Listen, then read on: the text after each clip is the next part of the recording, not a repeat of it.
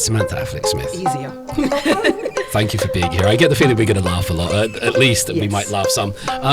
Let's start with gender, because I've heard you speak very passionately about the topic, including what it means to be a girl, end goals, relationships between the sexes. So let's start with two questions, please, Samantha.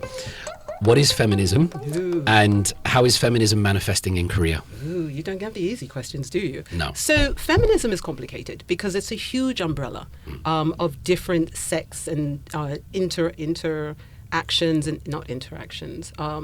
So different categories make up feminism. I think in its basic form, it's the idea of women pursuing equality. I'm going to say pursuing rather than fighting, because fighting seems too argumentative, but pursuing equality in society. And I believe that we are in the third or fourth iteration of the feminist movement from the time when it began. And so it's an import for many countries from the US and the UK in their original fight, but over time it's become something different. In South Korea specifically, I think that the versions of feminism similar to the West have gone through an evolution.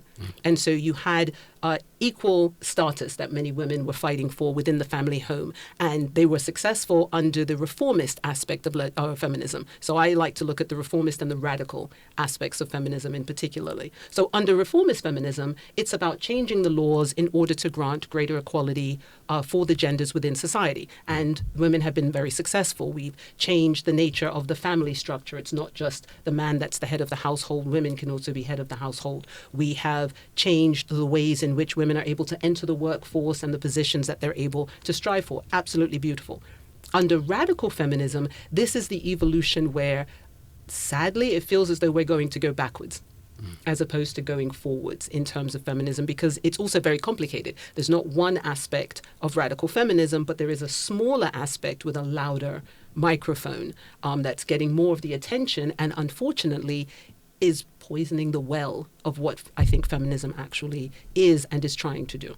What's the difference between feminism and radical feminism? How do they differ? So with radical feminism, many women decided that they would take the tools that gentlemen were using and then mirror them in a similar way, in a way of trying to take a wrong and another wrong and make it right, in the hopes that that would make it right. And so with radical feminism, there's louder engagement. There's more direct engagement. Sometimes there's offensive engagement if it gets the attention on the situation at the time.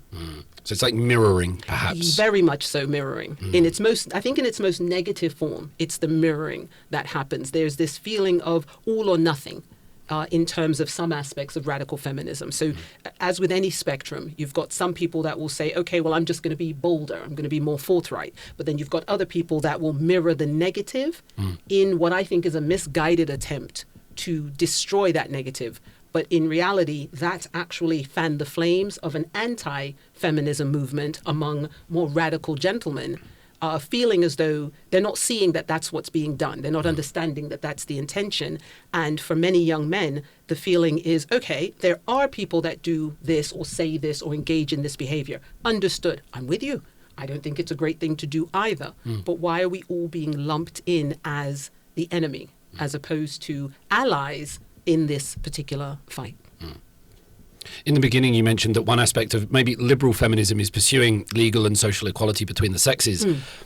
Have we achieved that? I'm wondering where is left, because I'm asking a very naive question, but there are some countries around the world where women might not be able to drive or leave the house without a chaperone, and they don't have full legal equality.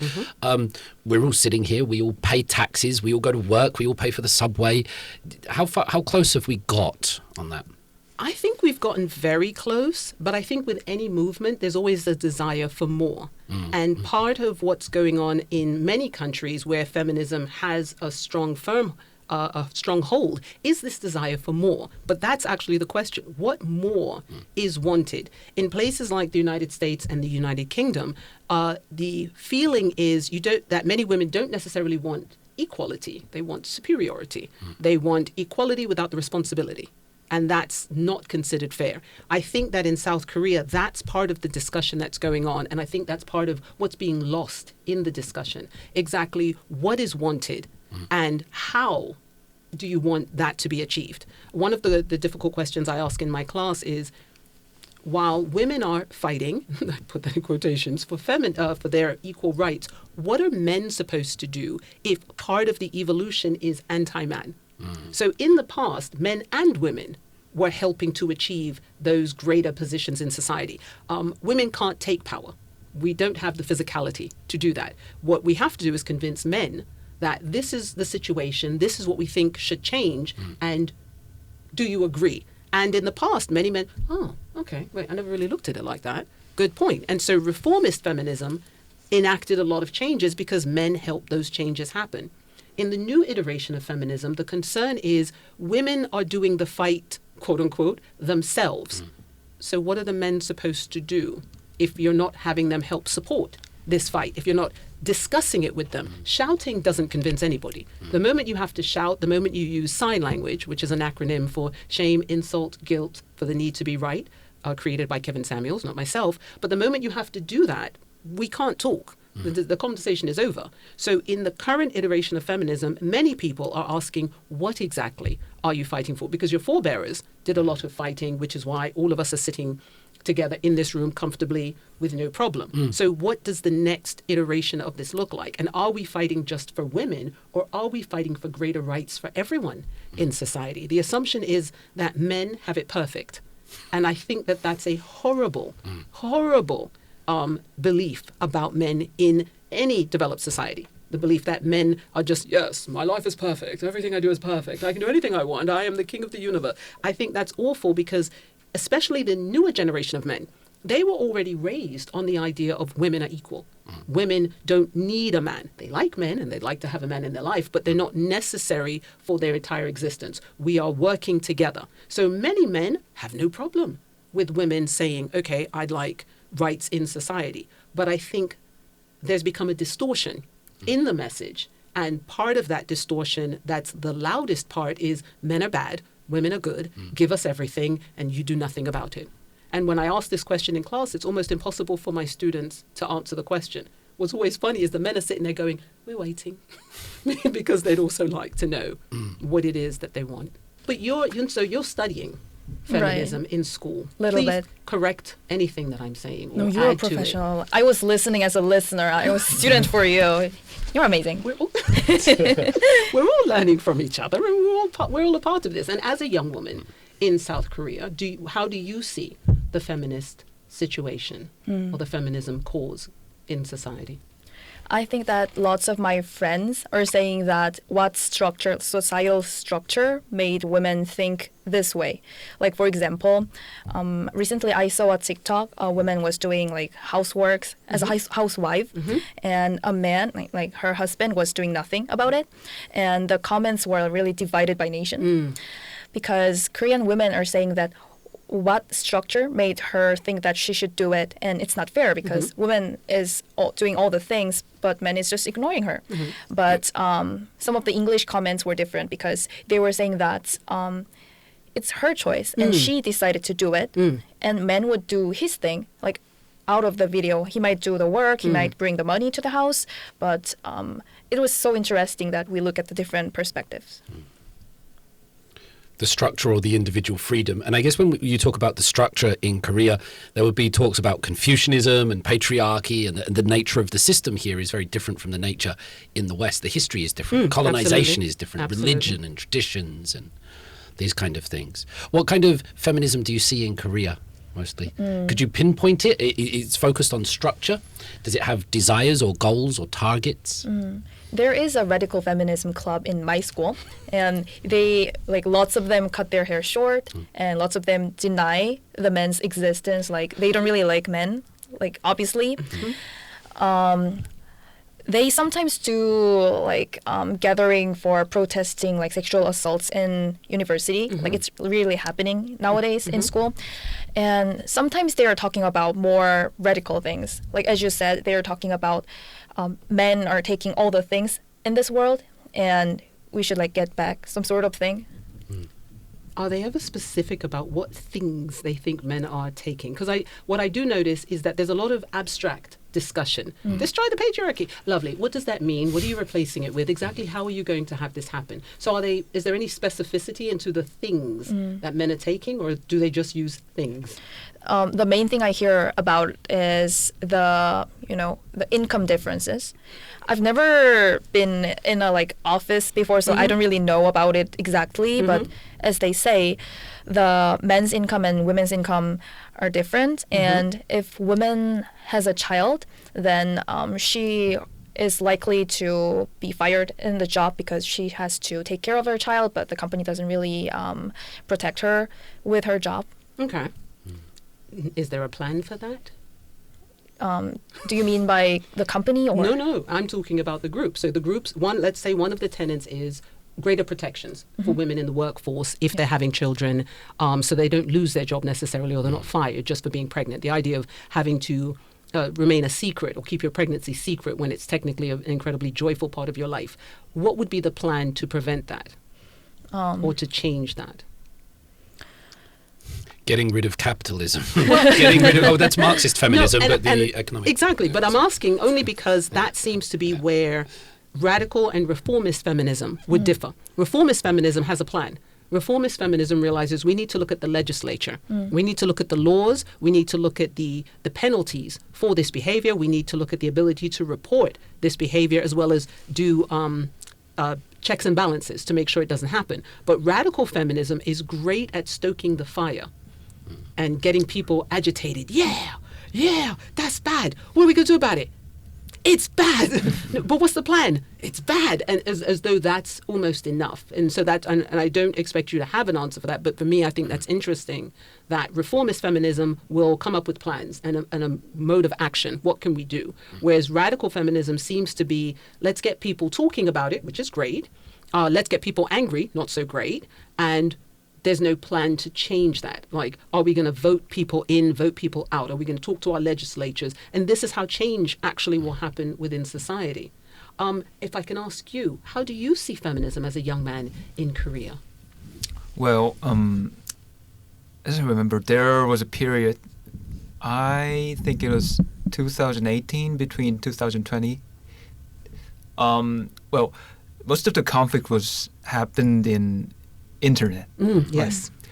Well, usually it's kind of special in Korea, and men or women, they don't fight each other in the real world. They fight each other in internet community, and this was, I think this was a part of radical feminism, because people who support for feminism, they use some kind of photograph or charts or that kind of visual things to make the fun of men. Well, this is kind of controversial, but there is a big stereotype about men, especially Korean men. Like, they have small, they're members. Yeah, genitalia. There we go. Yeah. And this was the kick. This is the most important strategy to attack men, and they got mad about that. And even they have a kind of it's hard to show the real gesture, but there is a gesture. Cameras. Yeah. Sorry. Yeah. We know the gesture, though. Yeah. Yes, Yeah. I think we're all aware of that controversy. I think that was a kind of milestone in there. Like, after that kind of attack, men became both men and women, who are in this kind of battle in the internet, they became illogical. They lost the logical words, so they fight. They shout at each other without any reason, and that's the way. Or I can say that's the main. What should I say? I said it's a milestone, and after that, radical feminism in Korea, they almost get cancelled.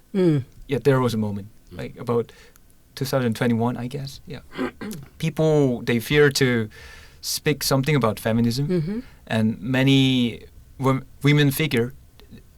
I remember just one case. A female figure who was, I think she was in the member of famous idol group, and she quoted some kind of books named, can I say the title in Korean? 82년생 김지영, and that was like very controversial. She was even got cancelled from her fan, and well, even there was a boycott for her. So, well, after like I can give a summary. After some kind of illogical battle in internet community, radical feminism got cancelled, I think. So many figures who quote radical feminism or even for reformist feminism, they get cancelled. And these days, I think things are going to change. Well, this is personal idea, but people are changing. People sometimes they voice for feminism, even for male figures. Yeah. But yeah, there was a period. Yeah. I wonder sometimes if we take some of the loudest voices online and we generalize them across a society and we make that the focus of the conversation, when in classrooms and in offices, people would be having generally reasonable conversations and working with each other, trying to come to terms with each other. But if you go on the internet, there's a gender war and women hate men and all this is taking place and 4B movements and everything. But in real life, that's not to say that that's not real, but it's disproportionately exposed, and then generalizations happen across society. I also agree with you. I also agree with you saying that in real life we don't really fight each other for like feminism things, but in internet, the things are getting out of context. You know, like they are assaulting each other for non-relevant things on feminism. They just assault each other. But when you see people in classroom and when you meet real people, but you get to talk about the real news or real articles, like for example, if the crime has happened like because of misogyny or sort of thing, we can just talk about it reasonably. But when it comes to the internet debate, then they are all aggressive and they use non-relevant words. So I agree with you. It's nice not being able to see the internet sometimes. It's nice being able to step back and because we are fortunate that we spend time, I spent basically my whole life in Korean classrooms with people, with Korean people, with international students. And a lot of what I see online, I don't see in the classroom. I don't see in real life. That's not to say it doesn't exist, but there does seem to me to be a difference between those two realms. I think the one thing that I do see in the classroom is, and you and I talked about this briefly before this podcast, is the silencing of men. So I do see that in my classrooms. I see that when we're discussing topical issues sometimes, that the men are less comfortable expressing their opinion, and they will often, they'll just politely listen to whomever's speaking, especially if it's women speaking, or they think it might be a controversial take. And part of that problem, so in the cultural class that I teach, I make it very clear, no one gets cancelled in this room. Everyone is allowed to speak their opinion. If it comes out a little messy, it's all right, we'll clean it up. But no one should feel I can't say what I want to say. And even with that, there's still a reticence for men to talk. And I'm hoping that things are changing, because I consider that to be a very dangerous thing to do, to silence half of the population, especially the stronger half. So I think that's problematic. But for me, men and women are not equal. I'm never going to be on the boat where they're equal. We are different, and that's not a bad thing. I don't have the strength of either of the two men in this room.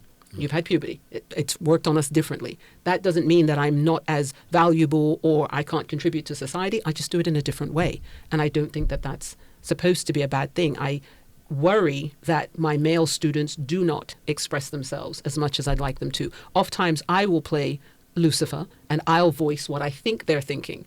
And I know I've hit the mark when I see that. Yep. But they won't say it, but I'll say it, because as a female I get to say things. But if they agree with it, then they'll go.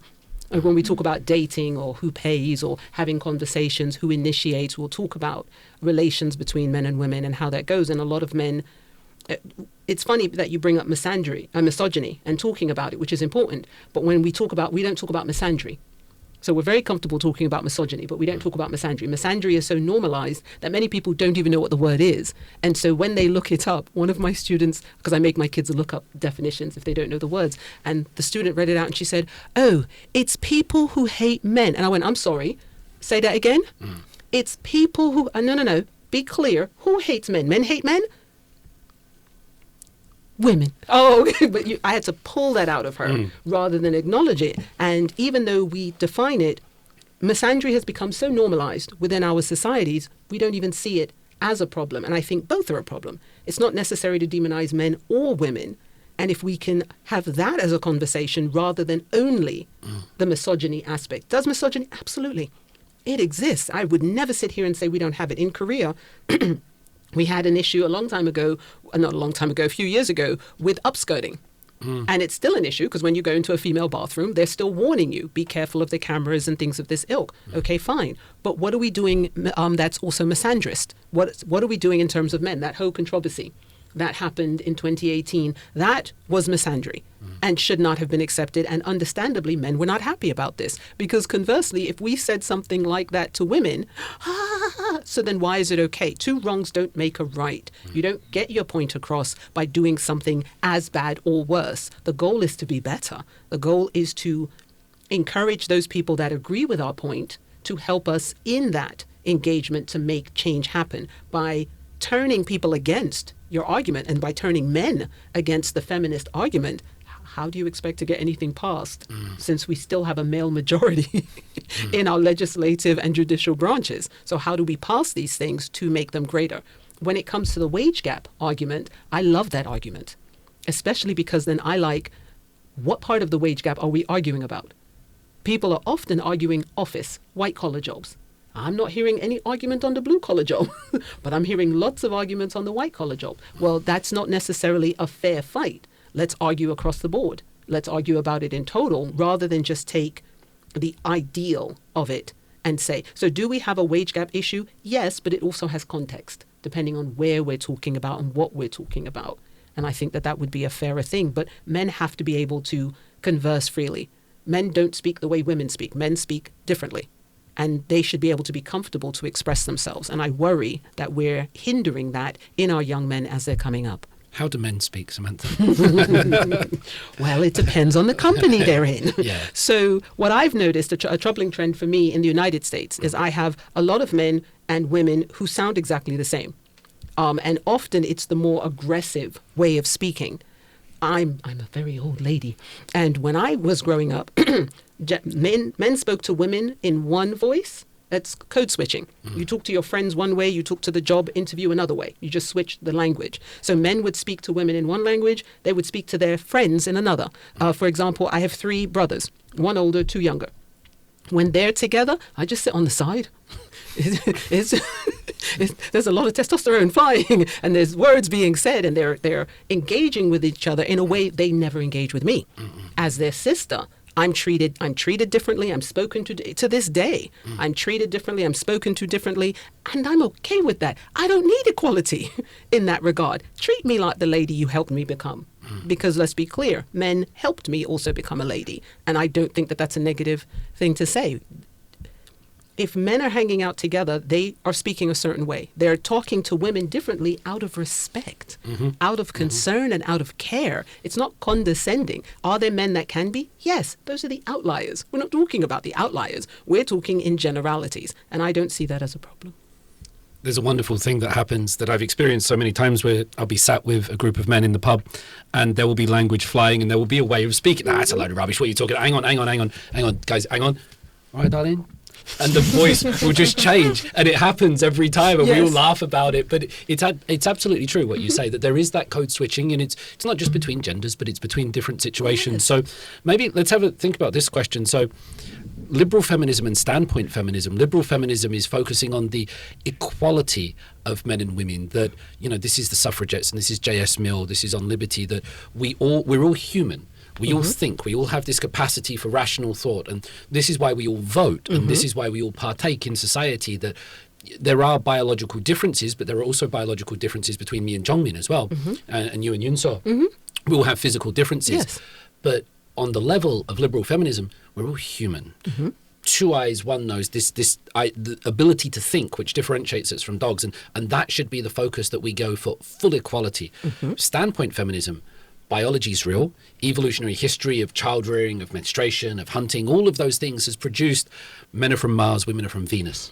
I can't remember if it's the other way around, but the idea that I can never understand a woman. I will never be a woman. And likewise, you will never understand a man. So it's either we're the same or we're different. And that kind of first level question of what, and it's not just what do we think, it's what story should we tell society, which I think is very interesting. You know, what's the best, because Santa Claus is not real, but we tell society about these stories just to bring us together and have culture. So it's like, should we see ourselves as the same? Should we see ourselves as different?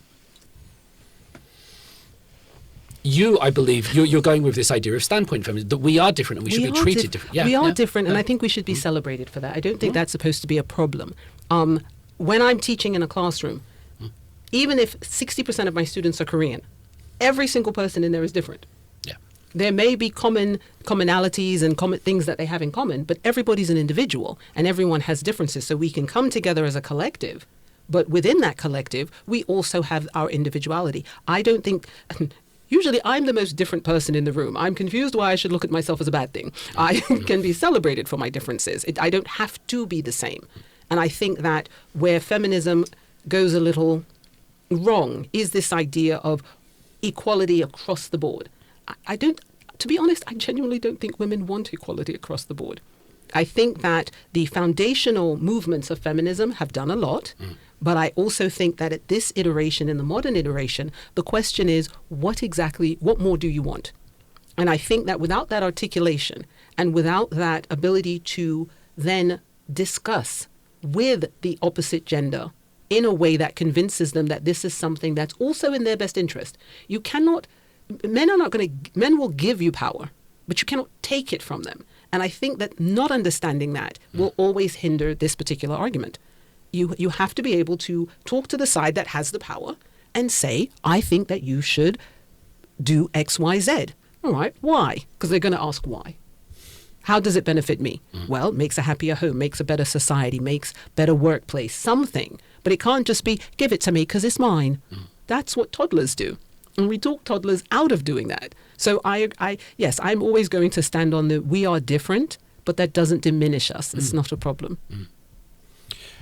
And then I love the focus on the articulation of a positive vision, because it's very easy to be critical. It's very easy to come up with all the problems of society, but to create something and to articulate a vision of the future that's otherwise lost, because there are many visions of the future that are not pleasant. To come up with a positive one is hard. Jongmin, Yunso, the idea of whether we should see ourselves, men and women, as similar, as different. Do we focus on our similarities to bring us together? Do we highlight our differences? How do you see this? Should I go first? Yeah. Thank you. I know it might be a little childish, but like when we see the utensils, we have spoons and chopsticks, right? They're different, and all the spoons are different, like all individuals, and all the chopsticks are different. But chopsticks and spoons, we all need them, and they don't really fight each other, right? We all need them, and we use it together. So like when we don't really celebrate the difference, then what can you do? We cannot eat meal or something. Like if it's society, let's say it's society, like men has their job and women has their job. And as you said, men has their specialties and women has their like specialties. So if we get to celebrate that and we don't really fight over things and that's mine or that's yours, I think that's the key, because if I can do the thing that men can do, then men can help that with me. And if I can do the thing that men cannot do, then I can help him.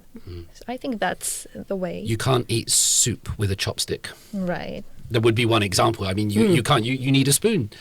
In your example, the spoon and the chopsticks, which one of the men and which one of the women? See, now you're just making things worse. I'm just saying, we're spoons and chopsticks. I like it. I don't think you should say who's what. It's good. No, I do. Yeah, you're just starting a fight. Donglin, spoons and chopsticks. I love it, by the way. It's a wonderful analogy. It is I'm going to be using that in the future. Same. Credit Yunso. Well, I think Yunso explained well about the differences, but I think we have to care for other things in difference. Well, after hanging out with many friends, among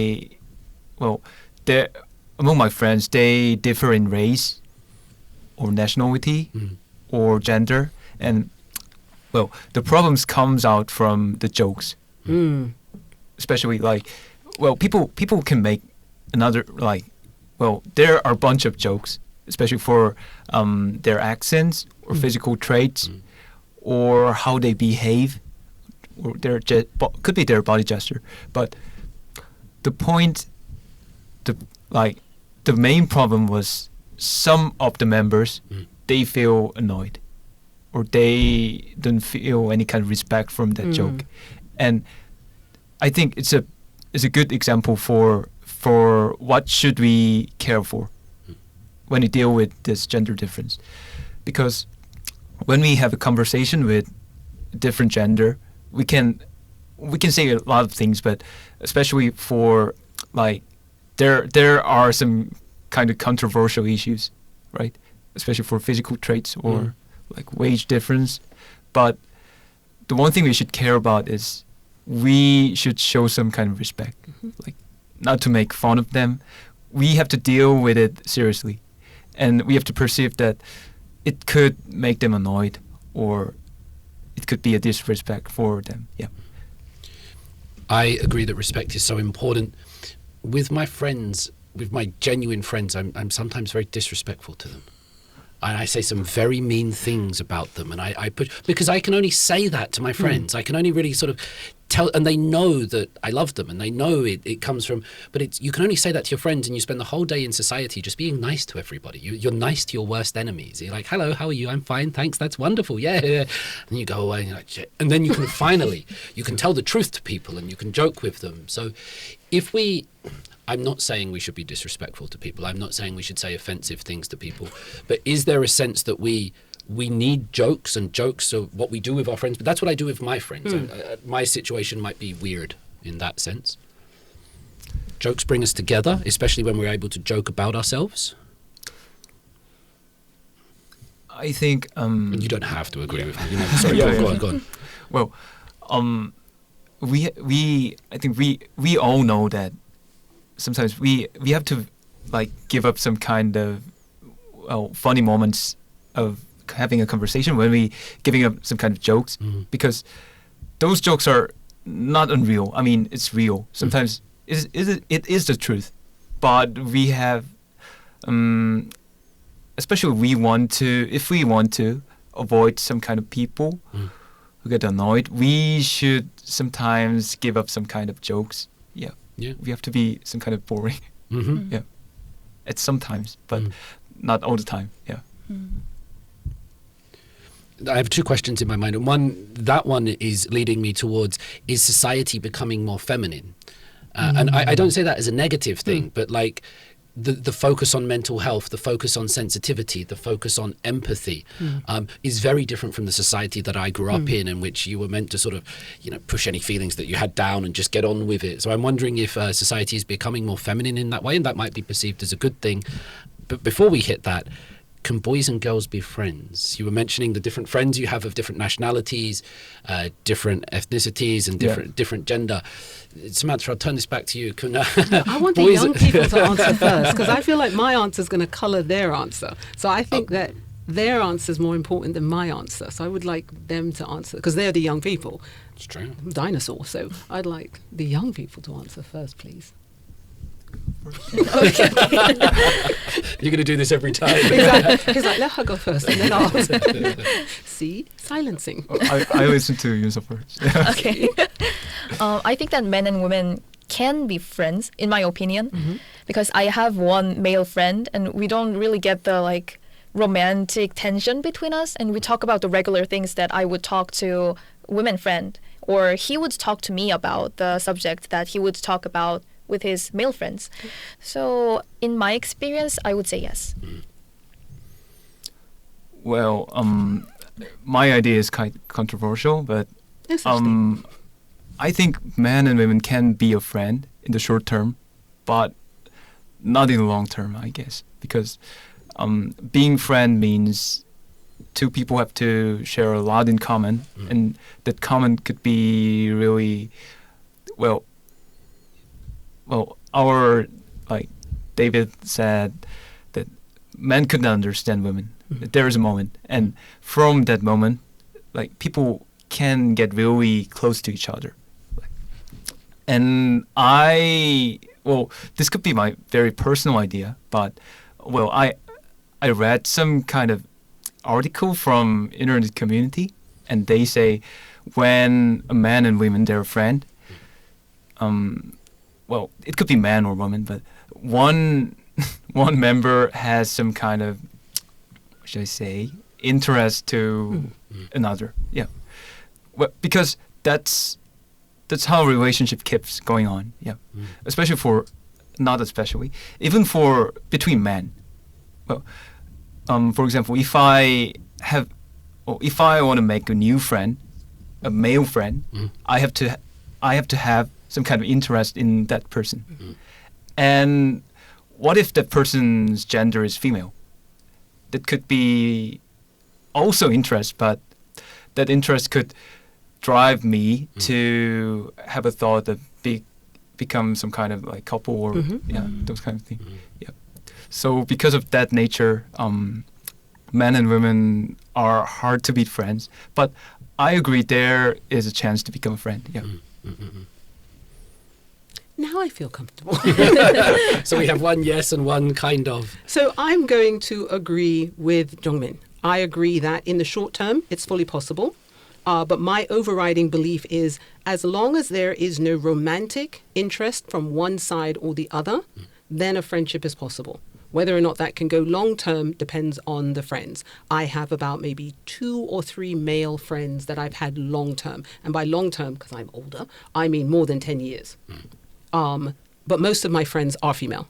And that is because of exactly what you said. There are certain things that we just understand about each other and ways in which we talk that I'm not necessarily able to do with my male friends.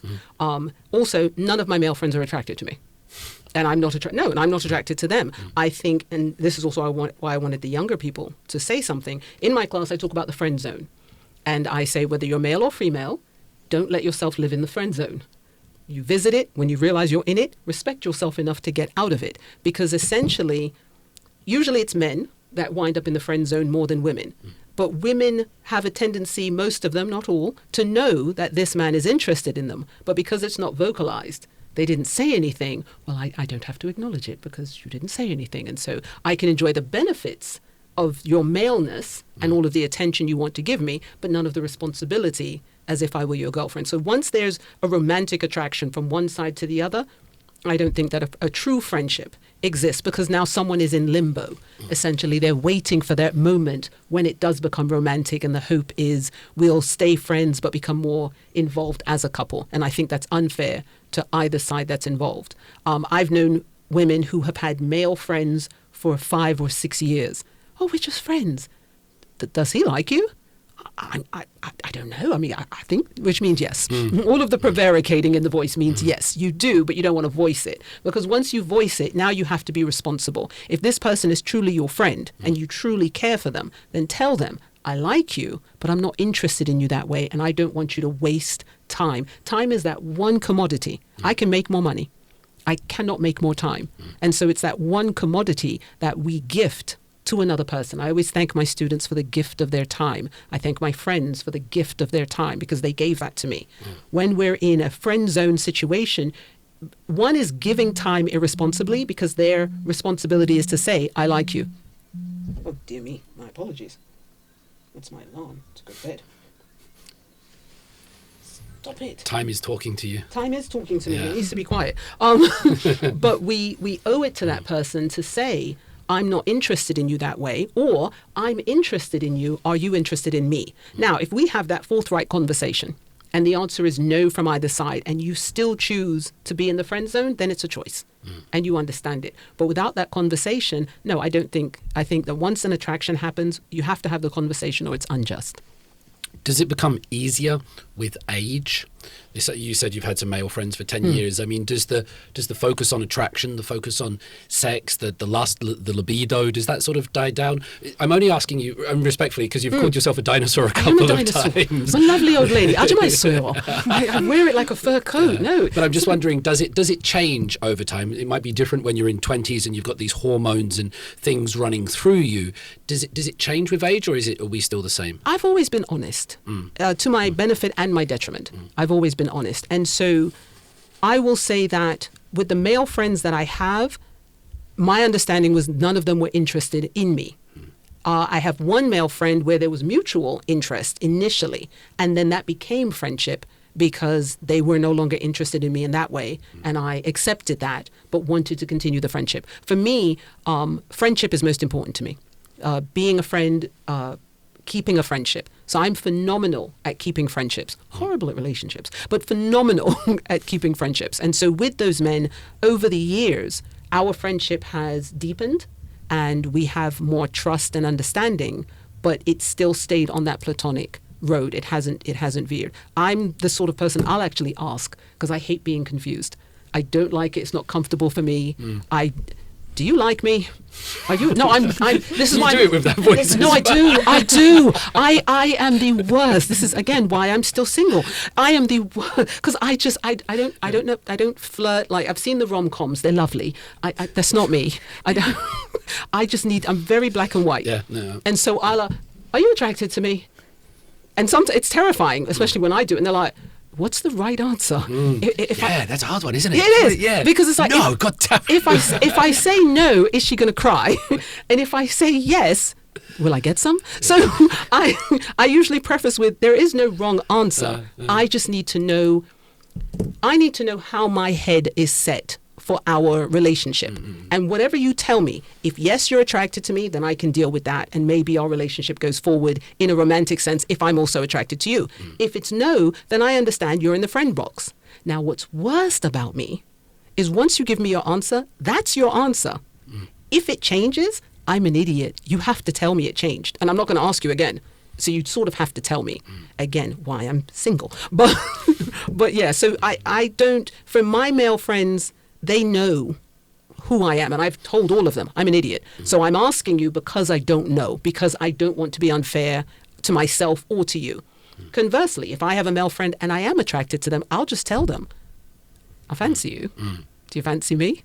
And you have to, a yes or no question, my brother taught me, and I adore my brother. My brother is one of the greatest men in my life. My brother taught me a yes or no question is exactly that. A yes or no question. If you've already answered the question, what did you ask it for? So if you ask somebody, are you attracted to me? You have to be prepared for the yes or the no. And this is going to sound very strange, but getting your feelings hurt because you didn't get the answer you wanted means you weren't really being genuine in the question you asked. Because you weren't respecting the autonomy of the individual that you were asking the question to. So for me, in both directions, I'm just very direct. Both good and bad. I'm not endorsing this as a way of living, but it's just an easier way for me. I like to know. I love the fact that I've not heard the word fancy. It sounds just so British. Like I'm not sure they don't use that in America, do they? I really fancy her. No, she fancies. I think she fancies him. I think they fancy. It's like that. That's somul tayo, that kind of thing. Really interesting. Let's just open another ridiculous door of controversy then, which would be magic days in South Korea.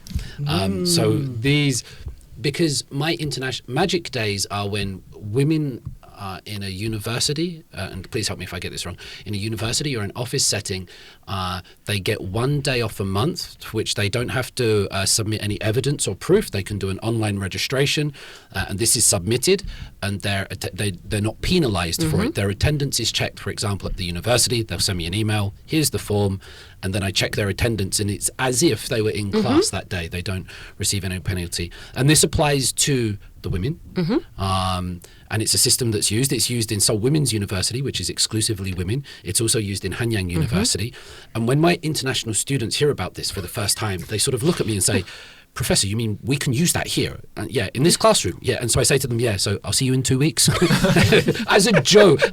But it's very commonplace in South Korea, to my understanding, but not in many other parts of the world. Jongmin. Yeah. Because I'm just doing equality. What's been your experience? And by the way, you've just, for those that don't know, you've recently finished your military service. Oh, yeah. Right. Thank you for your service. Absolutely. And you came straight back into the classroom after like 2 days or something, wasn't it? Yeah. Yeah. I did. Into my classroom. Brilliant. Wow. What's your understanding, your experience of the Magic Day culture here? I think Magic Day is quite fair. Well, this could be controversial to some kind of people, but it is fair because men can take 1 week off because they have annual training for their military service, and this is mandatory, right? And I think it can be applied to Women's Magic Day because Magic Day is kind of mandatory for women. Yeah, I think so. It's fair. Yeah.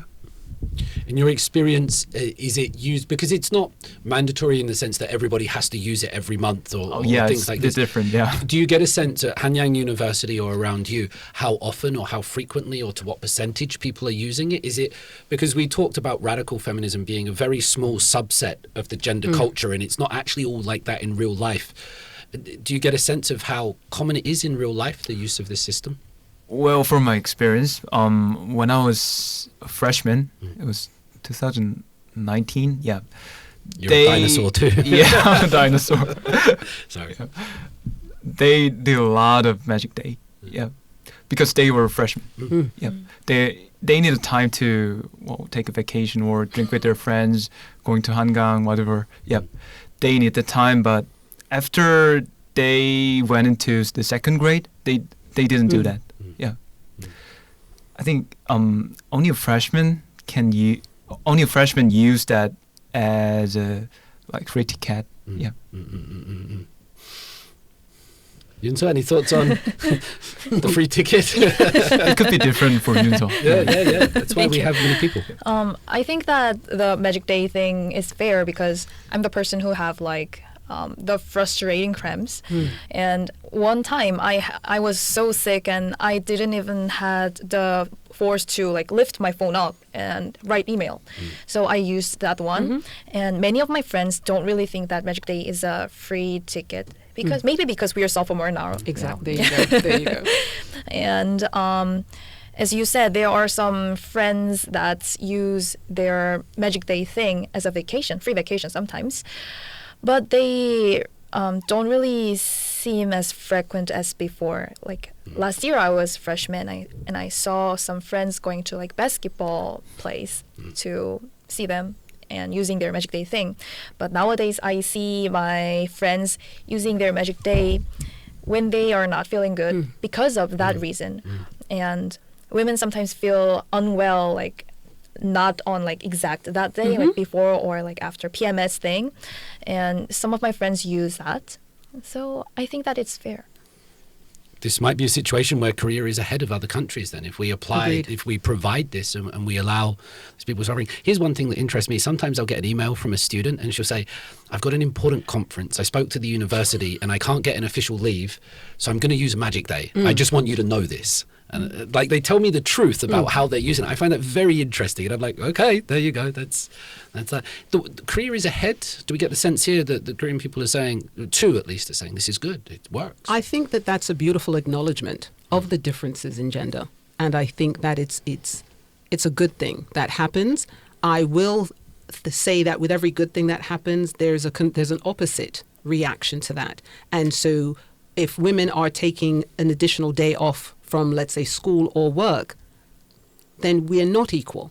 And that's okay. But can we acknowledge that we're not equal? Now, some people will see this as, okay, well, women are taking the day off, so they're not going to earn as much as men if they're taking time off, not because they'll be penalized, let's say, in salary, but in opportunity. Because if something's going on, they now miss that opportunity. But that's an opportunity cost. And when you take economics, you learn about an opportunity cost. That's not necessarily a reason to prevent that. It's just, but I do think that globally, Korea is definitely ahead of the curve in acknowledging there's going to be a day when women are not feeling up to par for whatever reason. And we're not going to demand they explain it. We're just going to acknowledge that it's a possibility. So I do think it's beautiful. I also think it's beautiful that you don't see it as something that's unfair. And again, this goes to my point. Men like women. Because for him to say, it's not unfair. We get a week off. We have a week where we have to go into military training. And so we do get time off. But that's only a week. So that's 7 days. We've got 12 months. And yet it's still not seen as unfair because it's an acknowledgement of the differences that make us human. And that's a beautiful thing. Does Korea also have the advantage in that this might be controversial, that it doesn't have to worry itself about the question of what is a woman and what is a period and who has periods, that gender is here done generally on biological lines, where other countries, they're having conversations around transgender identity, self-identification and things like this, that while that does exist in Korea to a certain degree, for the most part, gender is organized or sex is organized on biological grounds, and so the magic days are very clear. Yes. I think that I'm actually grateful, to be honest, seeing a lot of the discussion and the controversies that are happening, and I speak specifically US, UK. Yes, I'm really glad that that's not an issue that we're dealing with on such a large or such a vocal stage. I won't say large, because similarly in those countries, those are also minority groups. But what I love for Korea, and it's one of the reasons I love teaching the cultural class, is Korea essentially gets to sit and eat popcorn and watch it play out in these other countries and go, yeah, we're not doing that part. Okay, I like that part, but we're not going to do that part. We're going to skip that part. And in relation to the transgender situation, Korea's actually been very open-minded in that regard. We don't have a closed mind here. One of the first transgender surgeries happened in Korea during the Korean War, like right around that time. And so over time, yes, we became a little closed-minded, but we've also opened legislative doors for transgender people to be able to express themselves. But it will still be, it's not, in the West, the idea is I feel. So I think, I feel, I believe is the song I usually make up for that. Whereas in Korea, you have to show, okay, this is the gender you feel you are. You're going through these steps, you're getting the certification, you're getting a certain amount of social acknowledgement. And part of the reason for that is it's also a difficult thing to do. You should have support. It's not something you're going alone. And I commend that. I think that's absolutely magnificent, because in other countries that are embracing this, a lot of people are doing it by themselves. That then creates another set of issues. To your former point about, are we becoming more feminine in terms of mental health acknowledgement and work? Yes, we are. And again, positives and negatives. There are absolute, I think that the generations where you just had to stuff everything down and bury everything were good in some senses. We're English, so you have a stiff upper lip and carry on, keep calm and carry on is what we would do. And so it's good because you get to focus on the needs of the family, needs of the city, the country and whatnot. It's bad in that you don't get the care that you need. And if you don't have that care, you might pass that trait on into that next generation. So I think that those are benefits.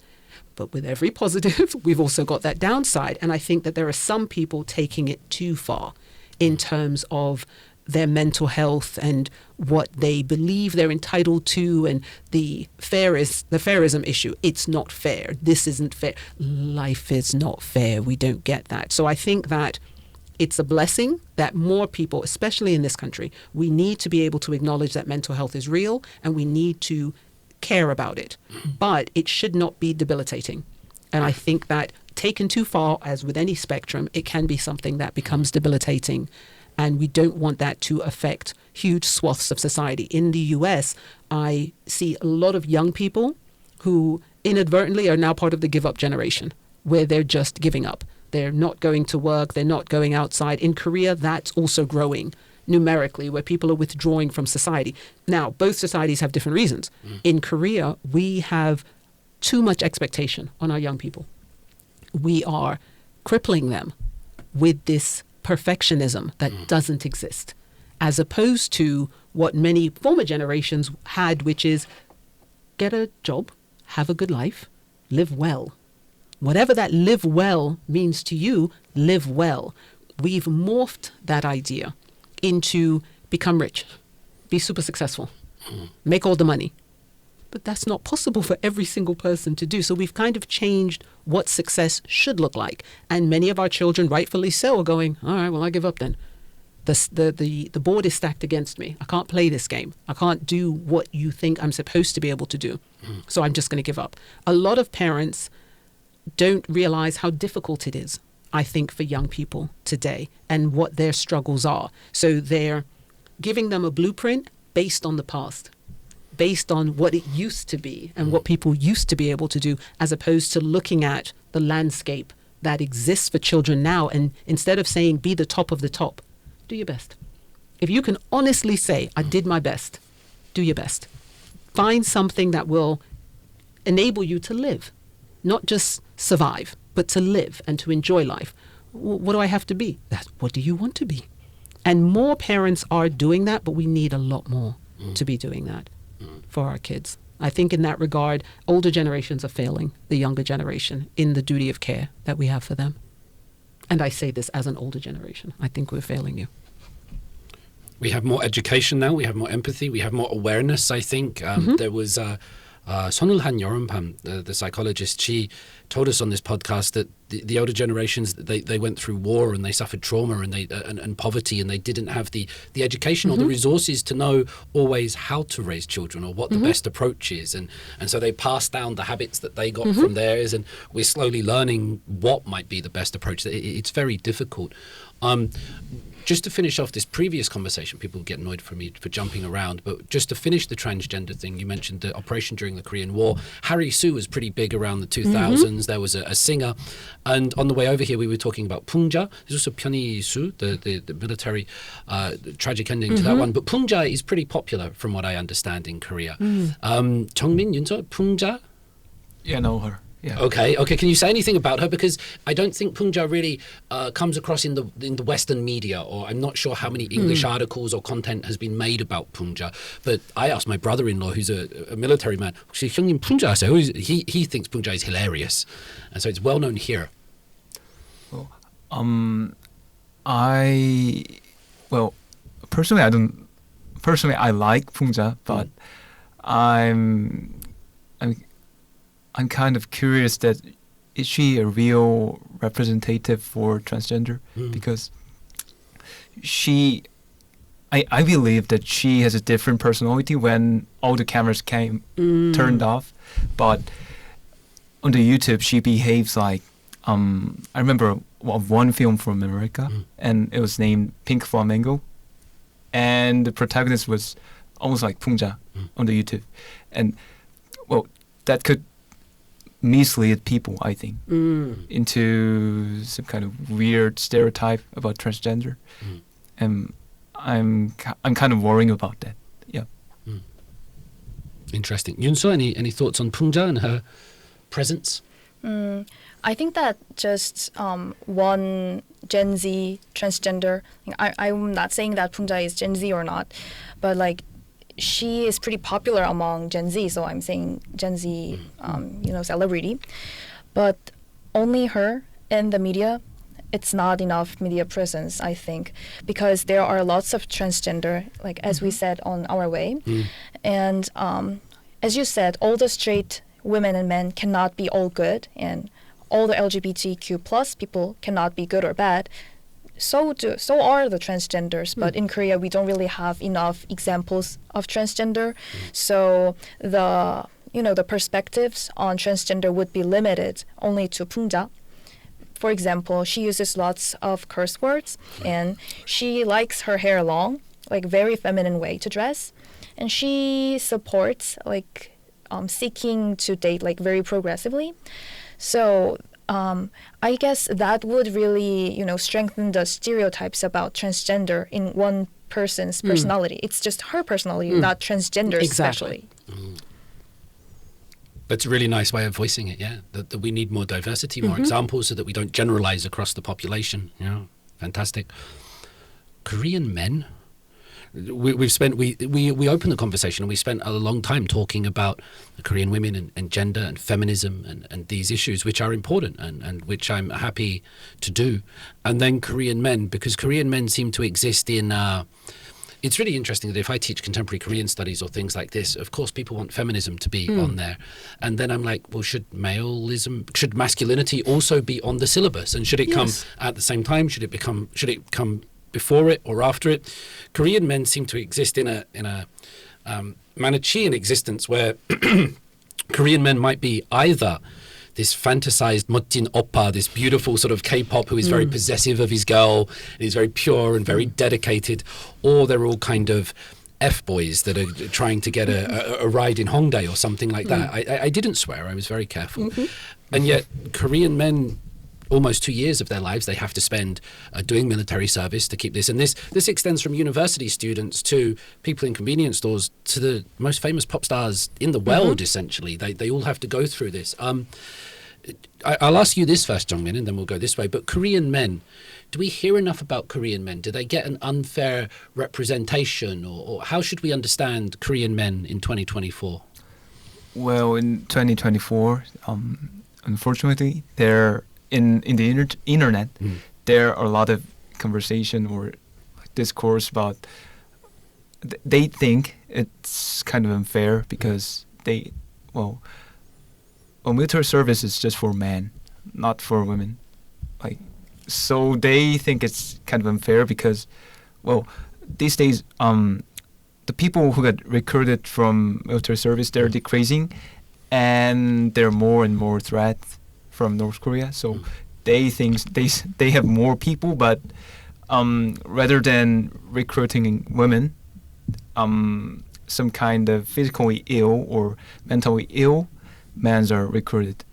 So that's just one reason, and another reason is they don't get well paid from what they do. Especially they take 1.5 years to service in the military, right?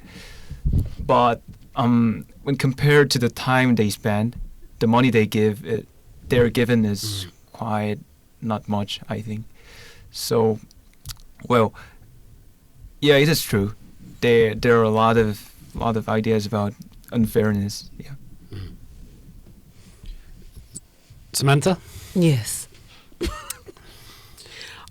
Well, I'm a foreigner, so I don't really I have no business speaking about the military recruitment. However, it's interesting that when we talk about equality, a lot of times for the male side of the argument, it'll be that men have to serve mandatory military service.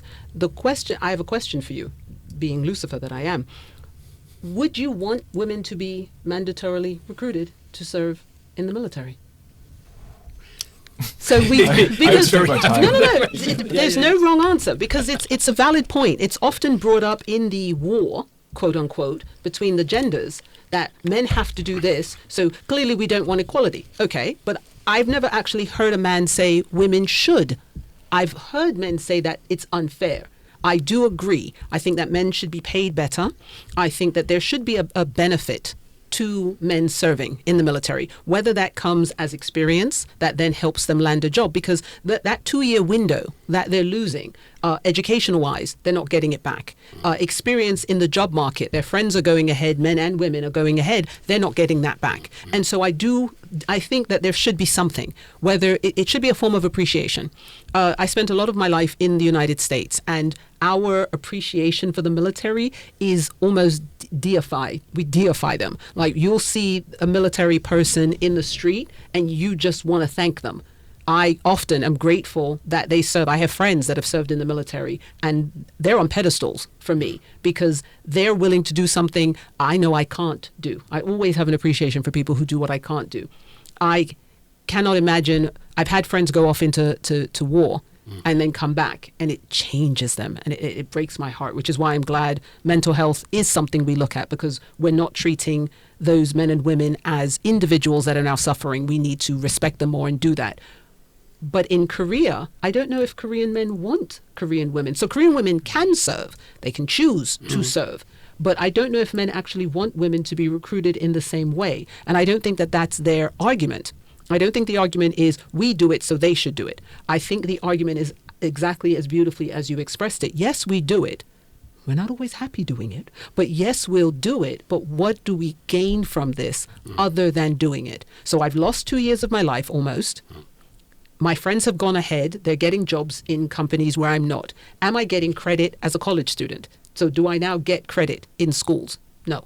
All right. When I apply for a job and I say I served in the military, am I getting a year of experience in this job? No.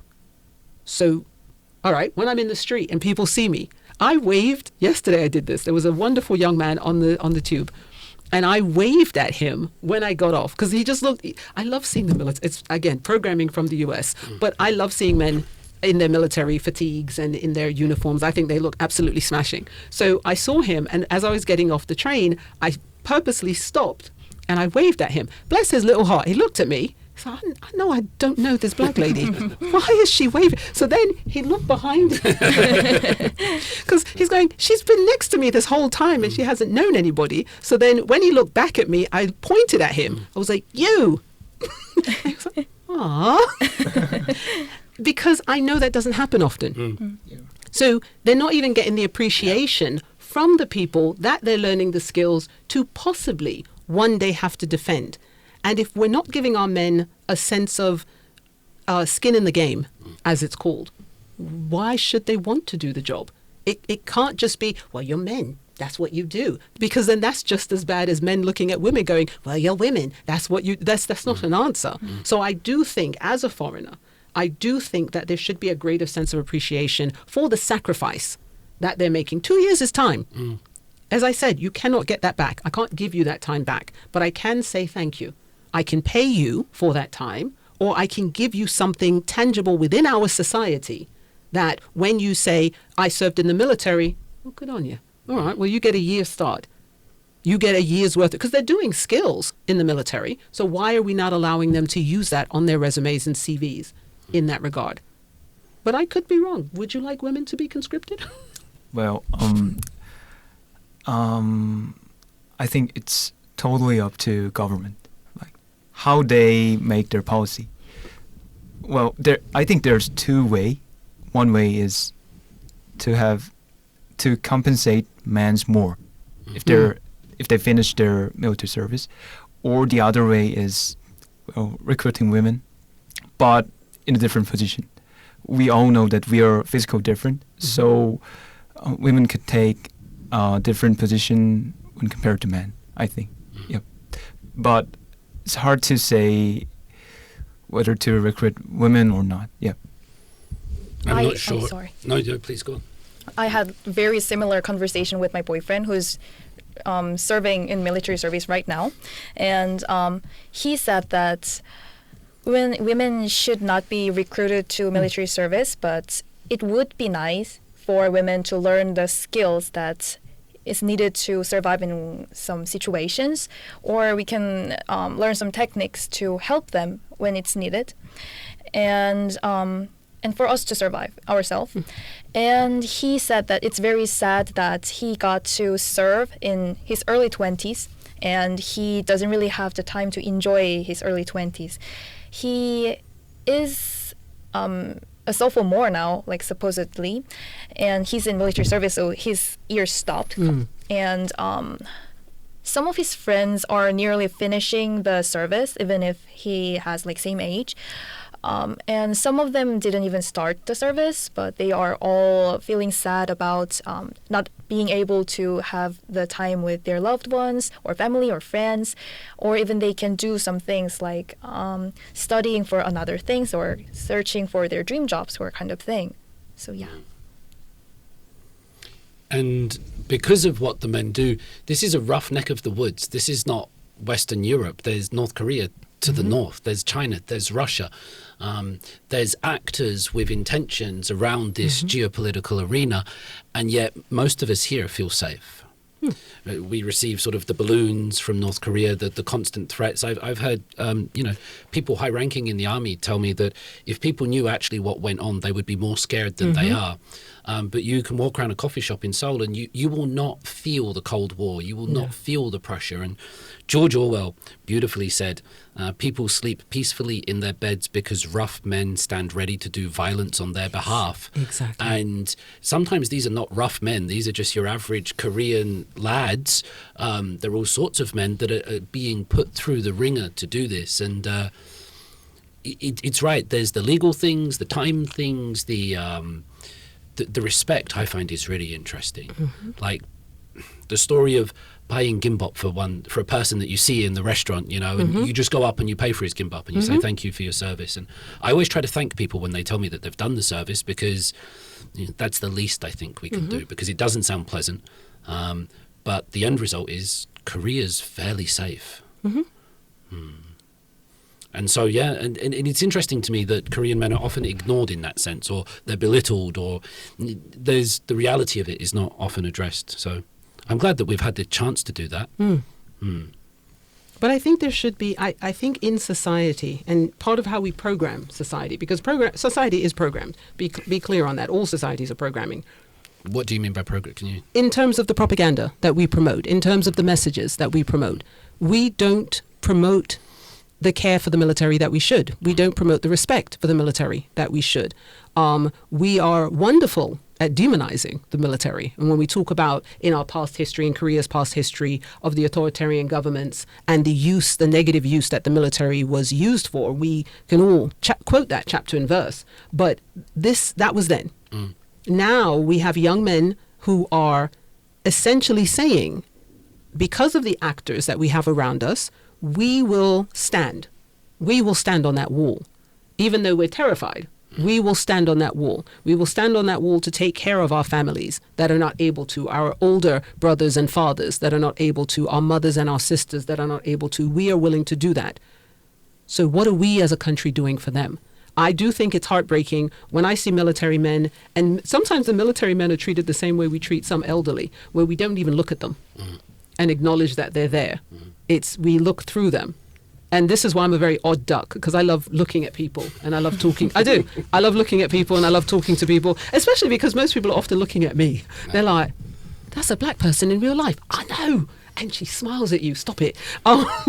And so I think that our programming in this country is not as military friendly as it should be. Because again, we're not giving them the money they deserve, and we should. They're sacrificing that time, which we cannot give them back. At the minimum, we can give them is appreciation for the job that they're doing and for the sacrifice that they're making. But that's a part of propaganda. You made a beautiful point where you said, I'm not sure how the government will decide what they do. And this is what I tell all my young people. Well, what is the government?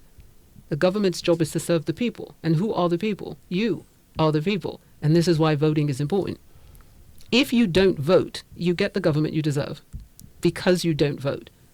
In this country, more than any other country I've lived in, voting is taken so seriously, it's a day off.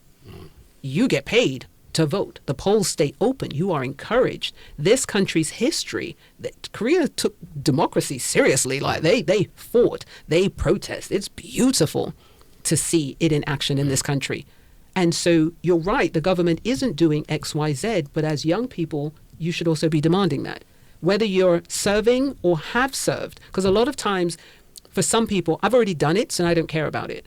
But what about that future generation? And that's something many societies are not taking care of the needs of the future generation. We're not thinking of the people coming after us. And I think that we need to work on legislation to change it. I personally don't think Korean men want to conscript women. Korean men love Korean women. I know it's not a popular concept, but they do. You see it in a lot of the things that happen in this country, that there's a lot of care. Nothing is ever going to be perfect anywhere. So I don't think I can imagine Korean men wanting Korean women to go there. I agree with your boyfriend that I think that there are skills that should be learned. We are technically at war in this country. It can break out at any day. Are our women able to survive? And Korean women are awesome. Don't sleep on Korean women. But do they have all the skills that they could have to survive better, to be better helpmates in that time? I think that's a good question. And maybe that's something we look at under the auspices of fairity and equality. Under the equality in the military, a lot of men have horrible experiences. They have documented horrible experiences and just ones that they discuss. Are we fighting for their equality as well? And that's why for me, it's not just a fight for women. There are aspects within society, and if we can get people talking and working together, we make society better through that conversation and through those changes. But I would definitely challenge you as young people. Yeah, the government should do more for the military. So how do you help them in that quest rather than just talking about it? Thank you for sharing. Maybe just finish this military. There's a wonderful expression, bubabu, bude by bude, which means every military experience is different. And so you might be a translator here, you might be a sniper on the DMZ there, you might be working with the American military here. And so there's no one single experience. I've often seen, and Jongmin, I want to ask you, how your experience changed you, because I sometimes see at Hanyang University, like people come back and they finish their military and their posture is awesome, Different. and they're like, It yes is. sir, and they're just like, I've done my work and I'm ready, and they come back from, this is not everybody, but many of them seem different in a way, and there's talks in the Western Europe about reinstating military service to try to instill sort of discipline and patriotism, and because apparently it works that way. Did military service change you in a way, or does it change men in a way? Positively and or negatively. I'd like both sides. Well, this is positive.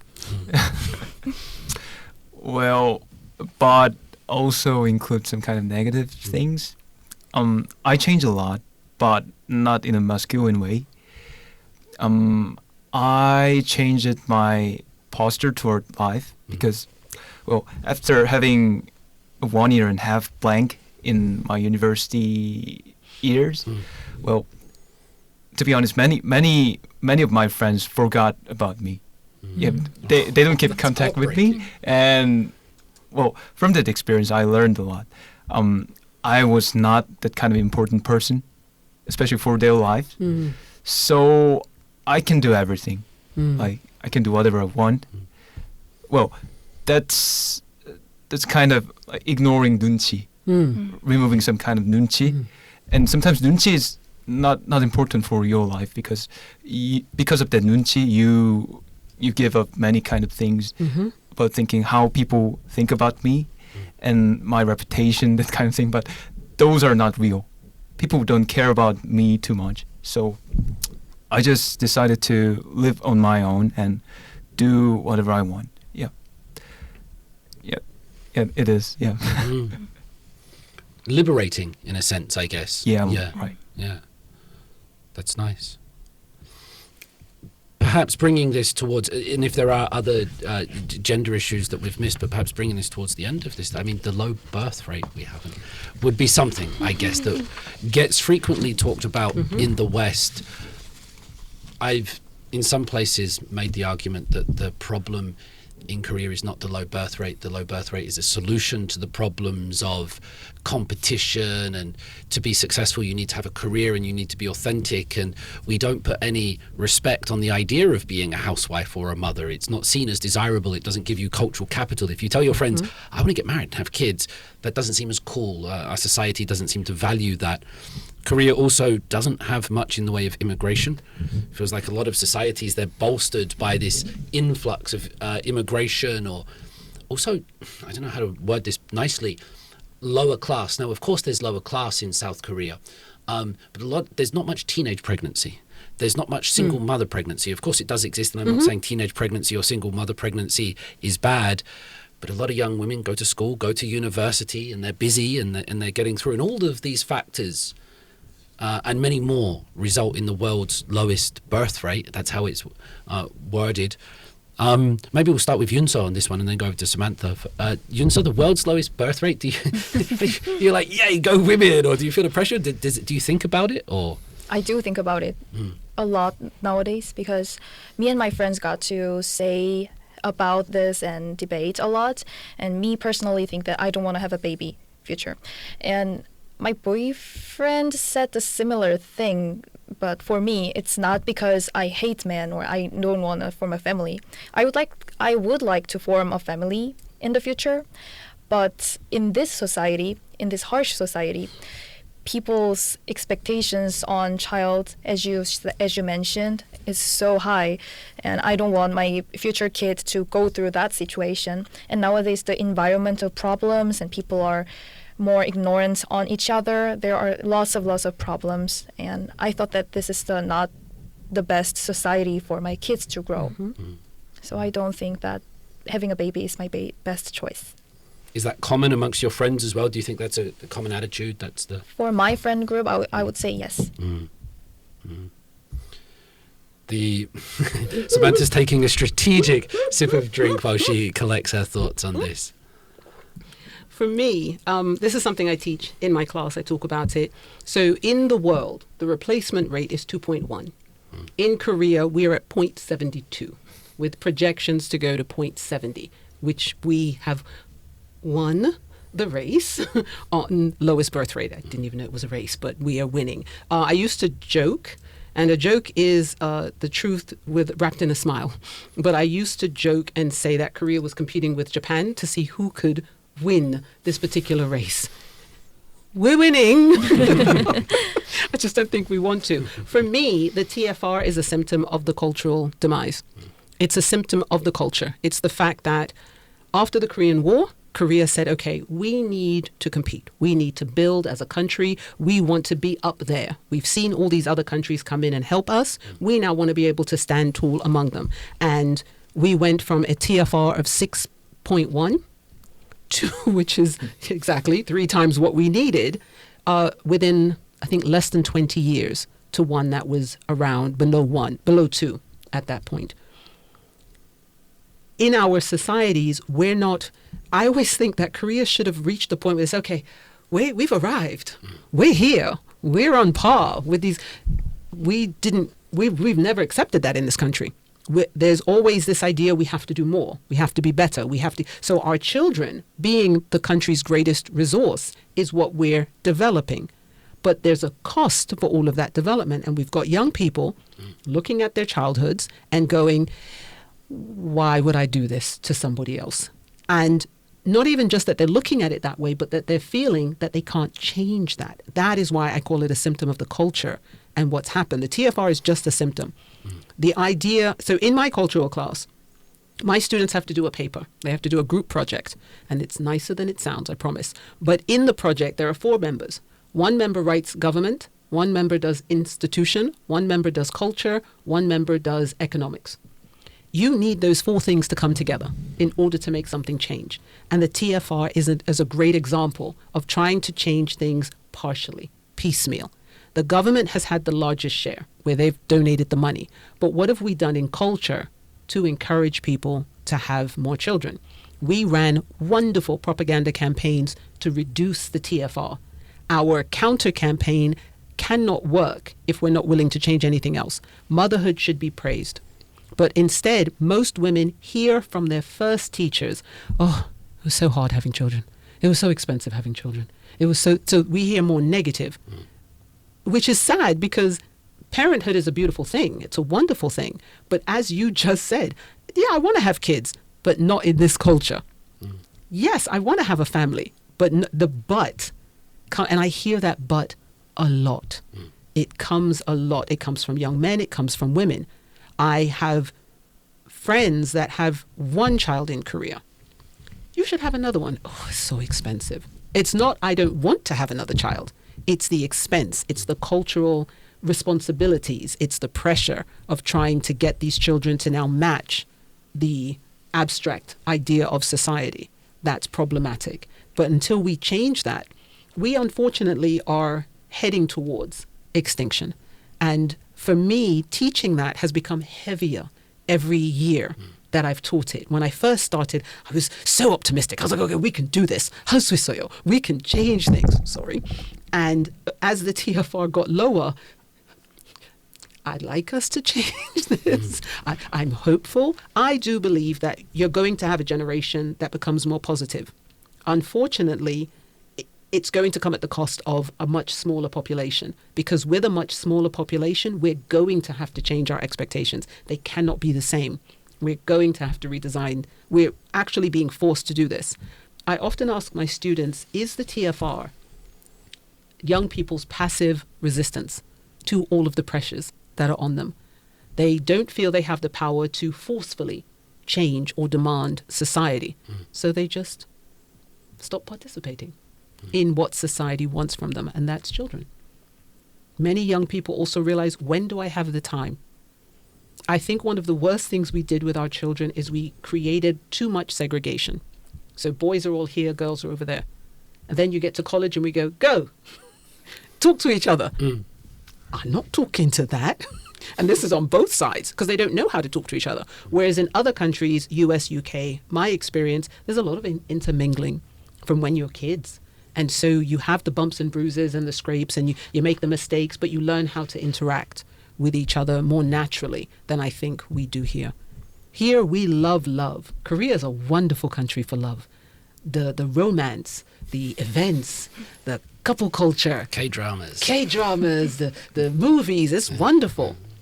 And then you get married. And all the propaganda, see that beautiful face. There was joy on that face. And then I went, and then you get married. And his whole face went, yep. Because the culture, and no, it's absolutely not a criticism. It's not your fault. The culture and the programming stops at marriage. We don't talk about marriage positively. I have Korean colleagues.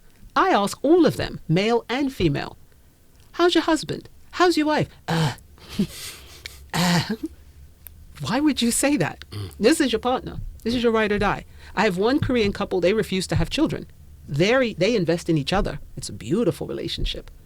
But that's the cost. They realized either we're going to put all our energy into our children and ignore each other, or we're just going to put our energy into each other and not have children. But other societies manage to do both, and they're not perfect. The question is, why aren't we doing both? And the opportunity cost is this world standing.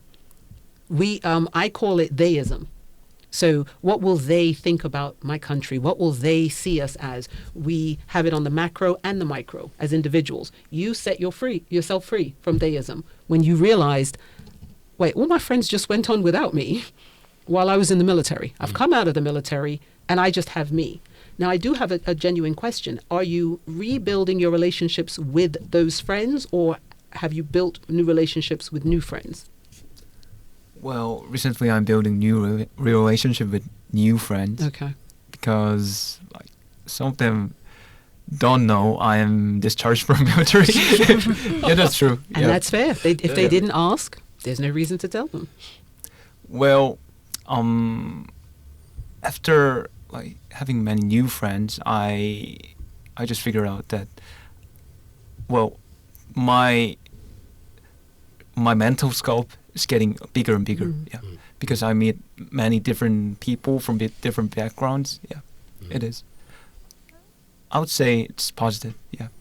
Beautiful. Good. Thank you. When we were talking last week, Samantha, you spoke to me about, it was in a different context, but you mentioned what is the end game of feminism and things like this, and if you're not going to have children, and then the reason I'm bringing this up is there are people in South Korea that are having children, and there are people that are not. And so the next South Korean generations and society will be shaped by the people that decided to have children rather than the people that didn't decide to have children. And it feels like, and this is just a huge generalization and a guess, but many of the people that are having children will be more on the conservative side of the spectrum, perhaps also more on the religious side of the spectrum, whereas many of the people that are deciding not to have children might be progressive, might be more libertarian. And again, that's just a generalization, but that means that the next generation will be smaller, but also perhaps growing up in more conservative households, growing up in more religious households. So with this low fertility rate, how do you see that in playing forward in the next generations of? I think that the next generations of children will be more family oriented because they have families. I think the end game point that I often ask in my class is, previous feminist generations were married, and it was a husband-wife in that struggle, in that progressive movement, saying we want our children, male or female, to have more, to be better. We want to make society better. The generations that are saying, well, I'm not having kids. I don't want to contribute to society in that way. What is my contribution? I spoke to a beautiful young woman last week who said to me, well, I don't think I want to have children. I want to work on my legacy. And so I looked at her and I said, but if you're not having children, you don't have a legacy. Well, I want to be able to have my name on a building that after you die, they will probably chip that name off that building. Because unless you've changed society or the world in a very significant way, and that percentage of us is small that are able to do that, you're essentially going to be working to help somebody else's legacy, but you're not necessarily building your own. And I think that, and this is controversial, so you get the hate mail. I think that there's an aspect of feminism that lies to young people, specifically women. Women do have to make decisions before men. That's a biological thing. That's not something any social liberalism can thwart. Science is real. And if you want to have children as young women, you need to determine the optimal time to do that. And that's not something to be ashamed of. I think that the next generation of children coming up will be more comfortable being parents and working. And because society will have to change, they will also be the voting bloc. Those conservatives will be voting for certain things, and they will be geared more towards family, more towards the collective idea. And this is a beautifully collective country where our flux is the individualism that's coming in. That's not necessarily a bad thing, but we need to find balance. And I think that when society shrinks, that balance, there'll be a greater sense of balance. I don't think we're going to throw out everything, but we are going to try. The pendulum has to shift back. And again, they'll be the ones that survive to say something. Those of us that don't have children, your opinion won't matter after a while, sad as that is. But legacy is about that next generation. If we look at our grandparents, if we go back into our families and we look at our grandparents or great-grandparents, they didn't have what my mother affectionately calls stupid pieces of paper. We are focused on these pieces of paper more than building legacy and family.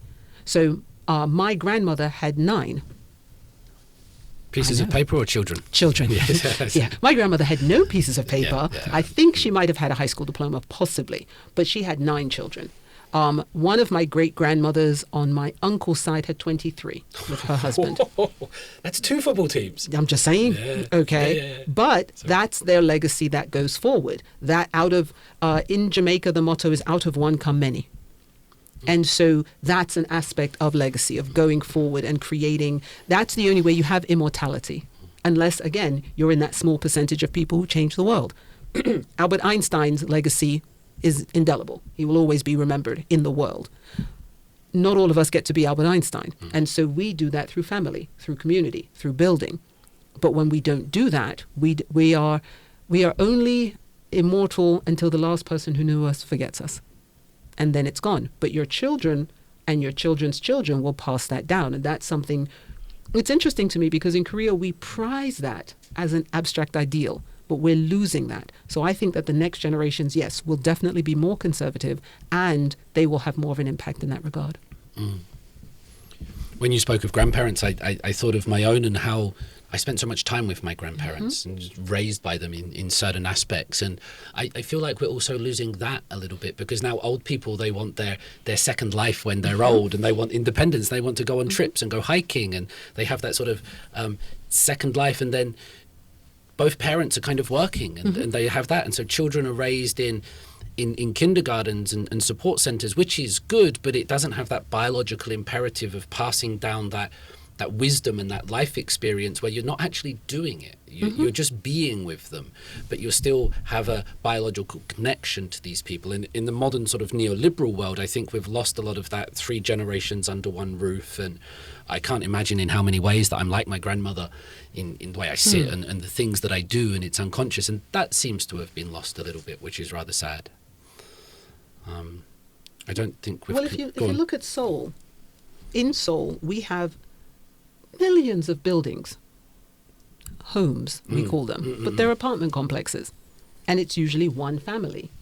And so our generational wealth is relatively non-existent, unless you're wealthy, because the wealthy keep their generational wealth, and they make sure to have the next generation to have that wealth. But middle to lower income families are splitting that wealth because we're all living separately.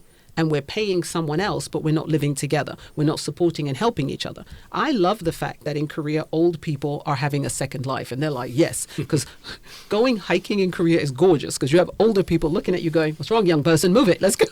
The old people going hiking are not always just going hiking, though, are they? There's a whole culture that goes on there. I have recently learned about that, and I was quite shocked. I'm not even going to lie. But have your fun. I'm not poo-pooing it. But we need to evolve to where we can embrace elder people having that second life, but also being connected to the family, and not just for Chuseok, not just for holidays. It's interesting that statistics show divorces go up during Chuseok and New Year's in South Korea. And part of the problem is in the past, when women were preparing, there was a collective of women preparing, but we have less females in the family. So now it's all on a few to do this. This is now too much work. This creates stress and strife. An interesting point that I'm confused about, so maybe my beautiful young Koreans can help me understand this. In Korea, the statistics are men do about 54 hours a week of housework. Women do the rest. Okay? Now, here's what I'm finding fascinating. Where's the conversation between the couple that changes this? So I get it in the older couples that this was a tradition that was passed down. But now in our modern sensibilities, I'm confused why this still continues, because your modern couples, you are the graduates, you are the beneficiaries of that past struggle in order for greater equality. So I'm confused where in younger couples, or why in younger couples this isn't a conversation. Because if you live separately, you have to clean your house, you have to clean your house. So if we live together, why are we not naturally sharing housework that one would have to do alone? Why aren't young people discussing these things? Dinosaur, can't answer that. Sure, go. Who does the washing up, guys? I'll do. Well, unfortunately, children, they don't do the housework, right? Their parents do. So what if those children meet together? Right. There are two. Oh, that's brilliant. Okay, there are gotcha. two people who just barely do 10 hours about housework. They get together, so that would be part of. Yeah, that's the problem starts. That's actually beautiful. Because in the West we get chores. So as children, we are taught how to do things in the house. We are taught how to cook, how to clean, how to do laundry. And then you have a responsibility. The more kids you have, then there's a rotation. My brother and her sister-in-law, they have 7 children. There's a rotation in the house because she's not doing all that work. He's not doing. Now, there are specific things that they both do. She does the majority of the cooking. The kids do the washing up, actually. He used to, but they do the washing up. But they balance things, and the purpose behind that is because if one day the children live on their own or go into another family, everything's not alien to you. So that's a beautiful point, because that does make sense. A lot of Korean parents do a magnificent job caring for their children. But like you said, if both partners are coming from a house where they didn't do anything, now we're getting together, who does what? But it's interesting that it would fall on the female half of the relationship, especially if you're both working. If one of you is staying home, and there are more men staying home and women going out being the breadwinners, that's also an evolution. What is it, Cinderfella? We have that's going on in Korea. And so that's happening more. But it's interesting that women are still taking on that lion's share rather than both of you going, do you know how to cook? No. Do you know how to wash? No. All right, how about we learn how to do this? Exactly. Let's order it. The delivery. Or YouTube University. I love YouTube University. This is a video on how to wash your dishes. And I love the idea that Korean children, they don't do chores, they do homework and they do hagwon. And they don't have time to do chores. They're meant to. Exactly. I'll tell you this one story and we'll go to Yunso very quickly. We went to meet a family that's friends of ours, and their son was 2 years out of doing sunung, but was already preparing for sunung. And they were staying at a villa on the East Coast, and we went to see them in the villa, and it had a nice swimming pool. And the husband, the father and the wife was sleeping on a small futon in the living room while the son got to sleep on the big bed by himself because... So he would be more relaxed. He had sunung in 2 years. Yeah. Wow. I'd never imagined something like this. But Yunso, chores, domestic responsibilities, there's an interesting topic. Yeah, for me, now I live by myself, so I do my chores, of course. And 2 years ago, I was a high school student, so I didn't do much of a housework. I washed my own clothes, but I didn't do like all the laundries, or I didn't really prepare for the dinner or kind of thing. And some of my friends live with their family till now, and they don't really do chores like deeply. So I didn't have the answer for why they are not really doing the chores, or like why do couples don't really talk about that. But while listening to his answers, I thought that it makes sense, total sense. Yeah. Yeah. Well done, Jungmin. I want to sound like such an old person at the moment and tell you about the chores that my parents made me do. And sometimes during the summer, they would just give me something to do. I was like, why do I have to do that? Just do it. And it was The answer just is because. yeah, paint the fence. Why? Just paint the fence. Okay. I think, guys, let's bring this towards the end. And the two questions that I want to ask, one is about, do you have any recommendations of books, movies, dramas, something like that? But before that, here's the question. We'll go around this way. What can or should we be doing to maybe push the world in a way that you think would be better? We can't create a utopia, we can't create a perfect world, but perhaps we can all push the needle a little bit towards the good rather than the bad, and we're all going to have different ideas of what the good is. So what do we do in our day-to-day lives, in the way when we interact with people and when we treat people? How do we make the world just a little bit better? Samantha? Start with me. I'm a serial complimentist. And so I believe that words have power. I think that how you speak to people is important. I agree that we have a tendency to treat strangers and non-family or friends better than we will treat our family and friends and our loved ones. And I think that that's a dangerous habit. We have a stressful day at work. We need to release that. And sometimes that negative is released on the people that love us the most because we believe, you love me, you'll take it, it's fine. And I think that that is an abusive way of loving them. It's not a fair way. We should have other forms of release. I do push-ups, or I have a punching bag, or play video games, or dance, or sing. Those are different ways to get that stress out. I love giving compliments. I love appreciating beauty. I love to see a smile on someone's face. So I speak positively to everybody I talk to, whether they're my friends. I've had more students take my class because I accosted them on the campus by just, excuse me, you look fabulous, have a good day, have to go. And then I'm gone. I don't even need to have a conversation with you. I see smiles. I think that we don't compliment each other enough. When I end my classes, it's a string of compliments to my rabbits. And part of the reason for that is there's enough negative. Your rabbits? Sorry. I call my students rabbits because they're cute and full of energy. But I actually created an acronym for them.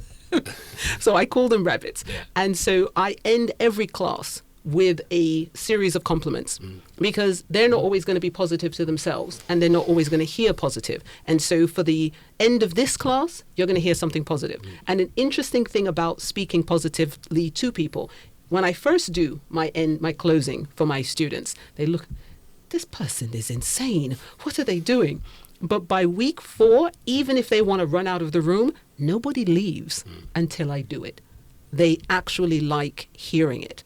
And that's my interpretation because they have their bags on, they're running out the door, but they wait for me to finish that because it's a nice air hug that they're given. So for me, I try to make the world a better place by being as positively and genuinely positive. There's no fake positive with me because I'm too lazy to lie.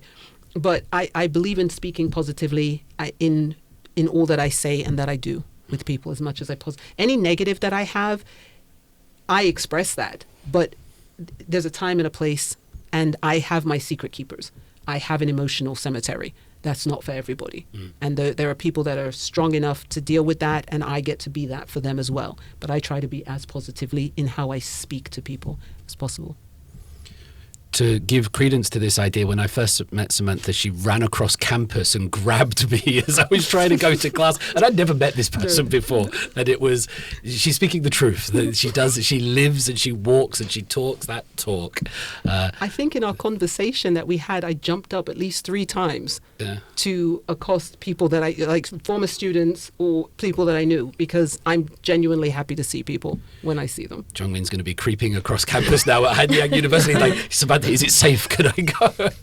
I promise I won't. Compliments and air hugs. I like air hugs. I've not heard that before. Jungmin, how do we make the world a better place? I have 2 ideas. One is we should refrain from looking too much on internet community because it's like there are only 2 extremes there. Like, well, in the real world, people think differently, behave differently, they use the word differently. Yeah, we can be stereotyped if we use too much internet community. Yeah, and secondly, I I think older people, they should have a hobby.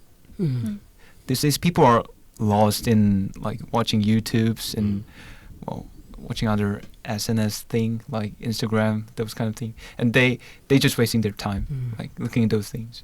They need some time to like express themselves, to have their legacy, and like remove their stress. I think something creative, it's better, like writing or drawing or taking a picture. Yeah, those kind of things. Yep. That's lovely. You sound old. Less internet and get a hobby, guys. Yeah, but that's beautiful. What do you do, Jungmin? Do you have a hobby? Can you share that with us? What do you? Well, recently I write. Even though that's just random stuff, I have a huge plan about writing a novel. So I'm just working on it. About 2 hours a day. Yeah. Wow. The reason I invited Jungmin onto this podcast is because he's a great student in class, but I gave everyone an assignment, and Jungmin's assignment, which is this huge, long exploration of Korean literature and all that. I was like, wow, check this out. This is really good, really good. Yunso, we make the world better by?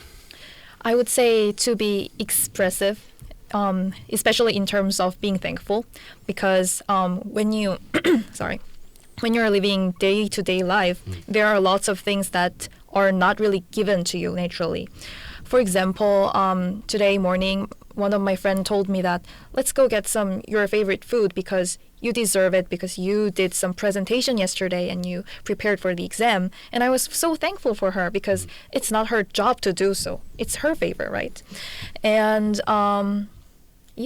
in terms of like gender thing, as we covered today, men and women can be expressive to each other. If they want something, we can be talking about it without any conflicts. We can just talk about it first and being thankful for each other, in my opinion. Wonderful. It's nice to be thankful for things. Completely agree. You do actually write backwards. Yes. I just saw that for the first time. I've never seen. I've heard stories about Leonardo da Vinci writing backwards. She writes backwards. It's fantastic. Whoa. But the word this way. That's okay. I just thought you were joking when you said that, but you actually write backwards. Now you're not going to do it now because everybody's looking at you. I'll continue doing it. I did it all through college. Most of this notebook is written backwards. If I have a short story, because I do write stories, that's one of my hobbies.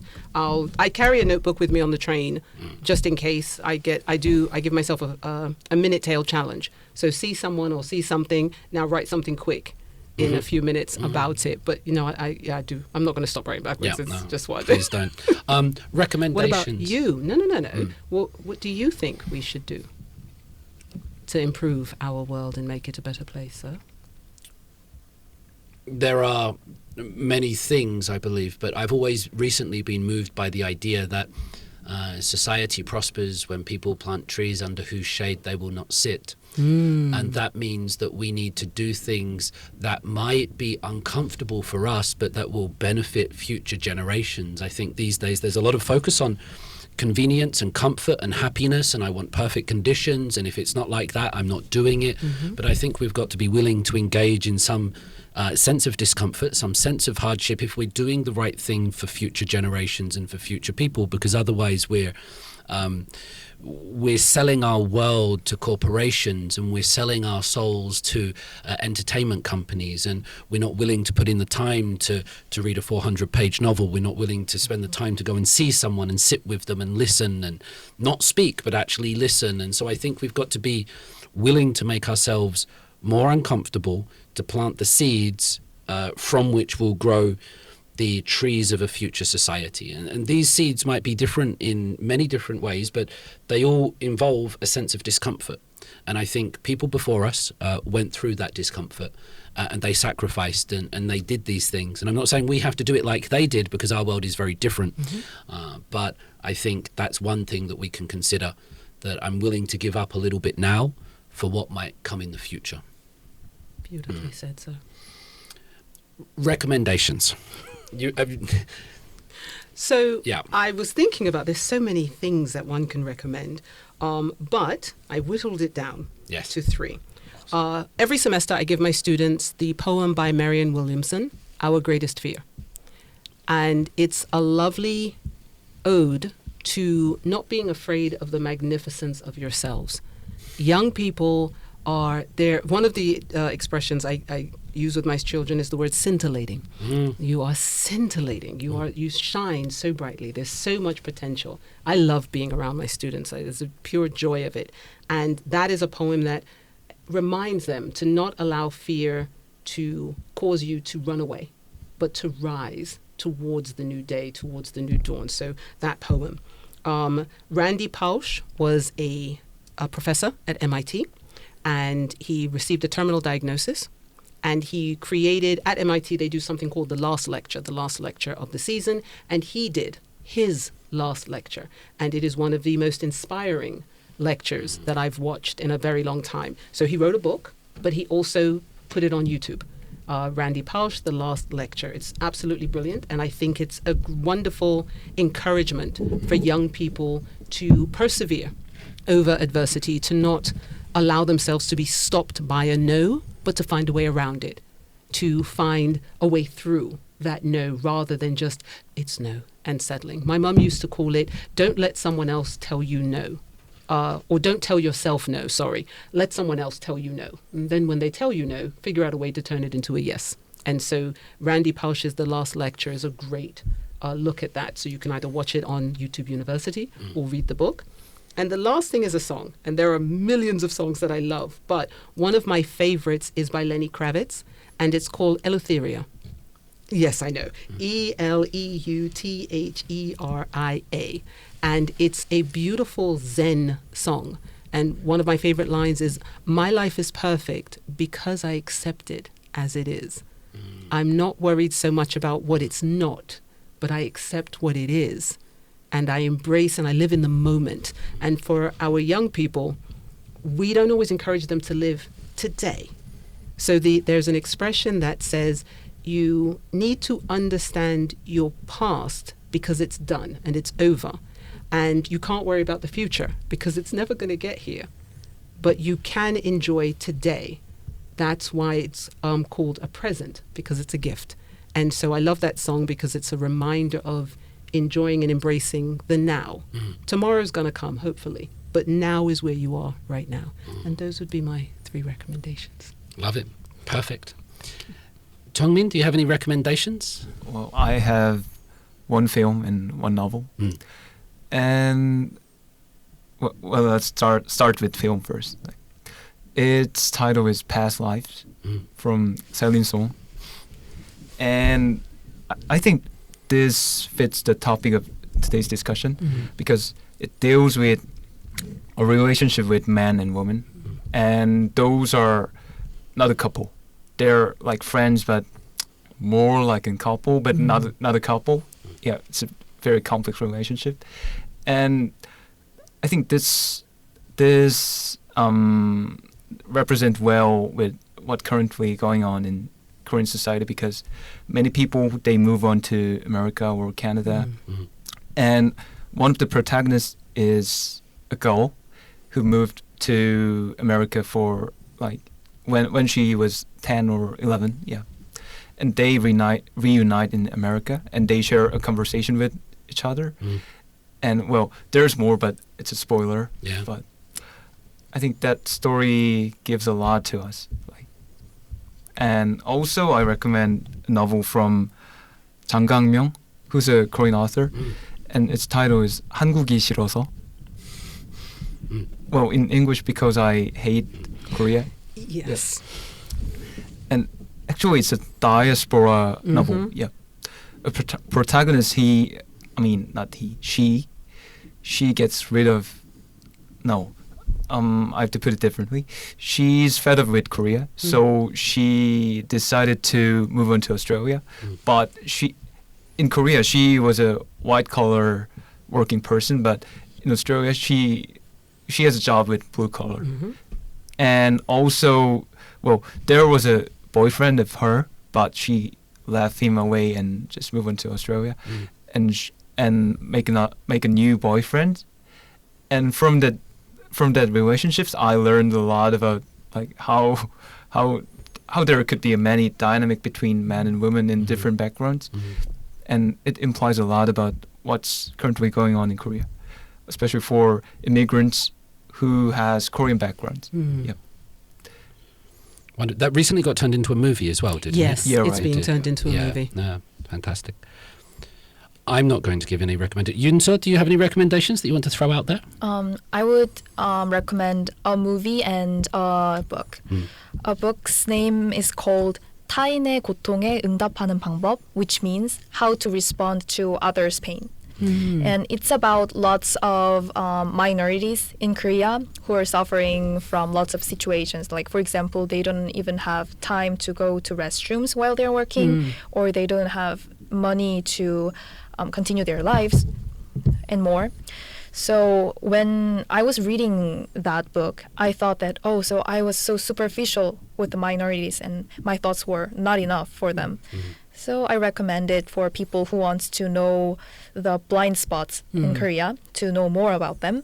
And the movie, I recently saw it in pre-watching show, and it'll be on the cinema on 16th this month. It's called Time Still Turns Pages. And it's about a boy who suicided, but the people around him didn't really give him the right affection or right love to him. And people around him gets sort of trauma, and I thought that movie shows a lot about our society. It's a Hong Kong movie, but I saw Korean society in that too. Beautiful. I love the recommend. It's often the hardest question sometimes to recommend something, but I love this part of it, and we'll make some nice Instacards from them.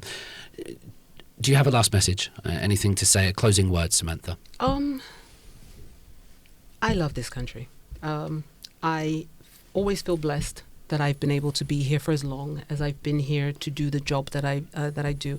I get to meet amazing young men and women that are on the cusp of their joy and their journey. I teach my class because I want my children to think differently, and I hope that they are able to embrace the lives that are absolutely wonderful. The potential that they have for whatever they choose to do. It doesn't matter. I never ask my kids, what are you going to be when you're done with school? I ask my children, are you planning your lives? And I would like to leave that as a message. The paper that you get, undergrad, graduate, PhD, it's paper. The purpose of that paper is to help you live the best lives that you can. What that looks like is up to you. Your professors, your parents, your friends, we're all going to give you advice. And hopefully it's all positive advice. The best advice I was given was by my godmother, Mary Eberhardt, and she said, run your race, not someone else's, because at the end of the day, this is your life. And you have to live it. We are just footnotes on the lives that you're living. But whatever you choose to do, be magnificent. Be scintillating. My closing greeting is my brilliant, wonderful, talented, charming, amazing, and scintillatingly adorable rabbits. Thank you for the gift of your time. 감사합니다. Thank you, Rabbit Mummy. More like Rabbit Auntie. I'm like that mad aunt at the party. But absolutely. No, it's I sometimes get misty because my kids will say that to me. Why do you love this country so much? I belong to 3 countries. England, America, and South Korea. Jamaica? You mentioned that earlier. My parents are Jamaican. I've been to Jamaica exactly once. And my Jamaican family is very embarrassed by me because I couldn't eat a mango. And so is that a euphemism? No, it's a problem. My family has a mango tree in the backyard, and they picked mangoes and they put them on the table and they said, all right, everybody, take your mango. And so I said, do you have a knife and fork? And they went, you don't need no knife and fork to eat the mango. What are you speaking? I'm SEW. What is SEW? I'm a spoiled English woman. My mango comes cut and pared. So my family proceeded to demolish the mango. There's a white seed inside. I never knew that. I learned this. There's a white seed because they all ate down to the seed. I sat there struggling for 45 minutes because mango gets caught in your teeth. And it was so embarrassing, they finally just threw it back in the backyard to become a tree. So my Jamaican culture is because my parents were born there and I understand the music and the food, but I can't really claim it. I can claim it as ancestry, but I never lived in the country, and so I don't think it's fair for me to try to ride on that as a part of who I am. But I grew up in the United States, I grew up in England, and I've come to live in Korea for 14 years. And in this country, people often ask, which is your favorite, the US or the UK? And I go, SK, South Korea. And they go, why? Now, my experience here is very different from my kids because I'm in a different bubble. But having lived in other countries, I can see the benefits and negatives in all of them. And so I don't say Korea is better than or US is better than, but this is a wonderful country. And it has so much potential. And you guys are that potential. But I think we are smothering it because we won't just allow you to flower the way that you want to. And so my class is about hopefully encouraging, because not everybody can leave. Leaving is a privilege. Like, it's so ubiquitous to fly nowadays and buy a ticket and go somewhere. We think everybody can, but it's really not something that everybody can do. No. And so my challenge for my kids is not, okay, you see other countries and you like what's there. So how do we bring a version of that here and make it work for Koreans in Korea, rather than only assuming that we have to leave? And so, yeah. That's lovely.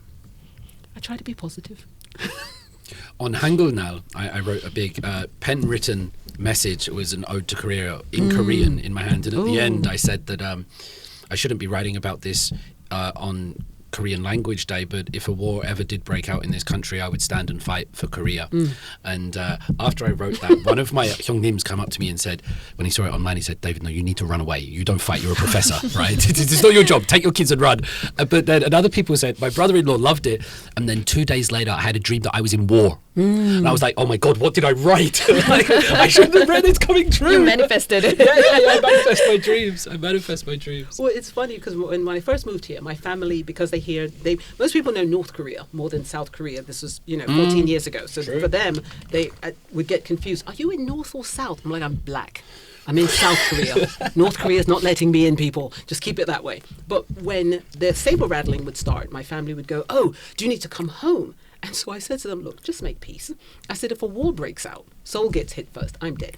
I said, just make peace, but I'm not running. No, because I'm not running. Do you know the story of Monica Macias? No. She was the daughter of the president of Equatorial Guinea, who the president was good friends with Kim Il-sung. And the president was assassinated while his family was over there. So Monica Macias was a very tall black lady that spent her whole life raised in Pyongyang during the 1970s and 80s. Wow. And would then start, as she went through puberty, like, I don't look like I don't look like her. No, seriously, because she was this tall, towering woman and that. She now lives in London. And between London and France, but she wrote a book all about it. It's a fascinating story. What's her name again? Monica Macias, Macis. I might have it slightly That's wrong. Okay. The internet will supply. Tall and Black in Pyongyang is the name of her book, I believe. And she's a fabulous woman. She gives talks and wonderful.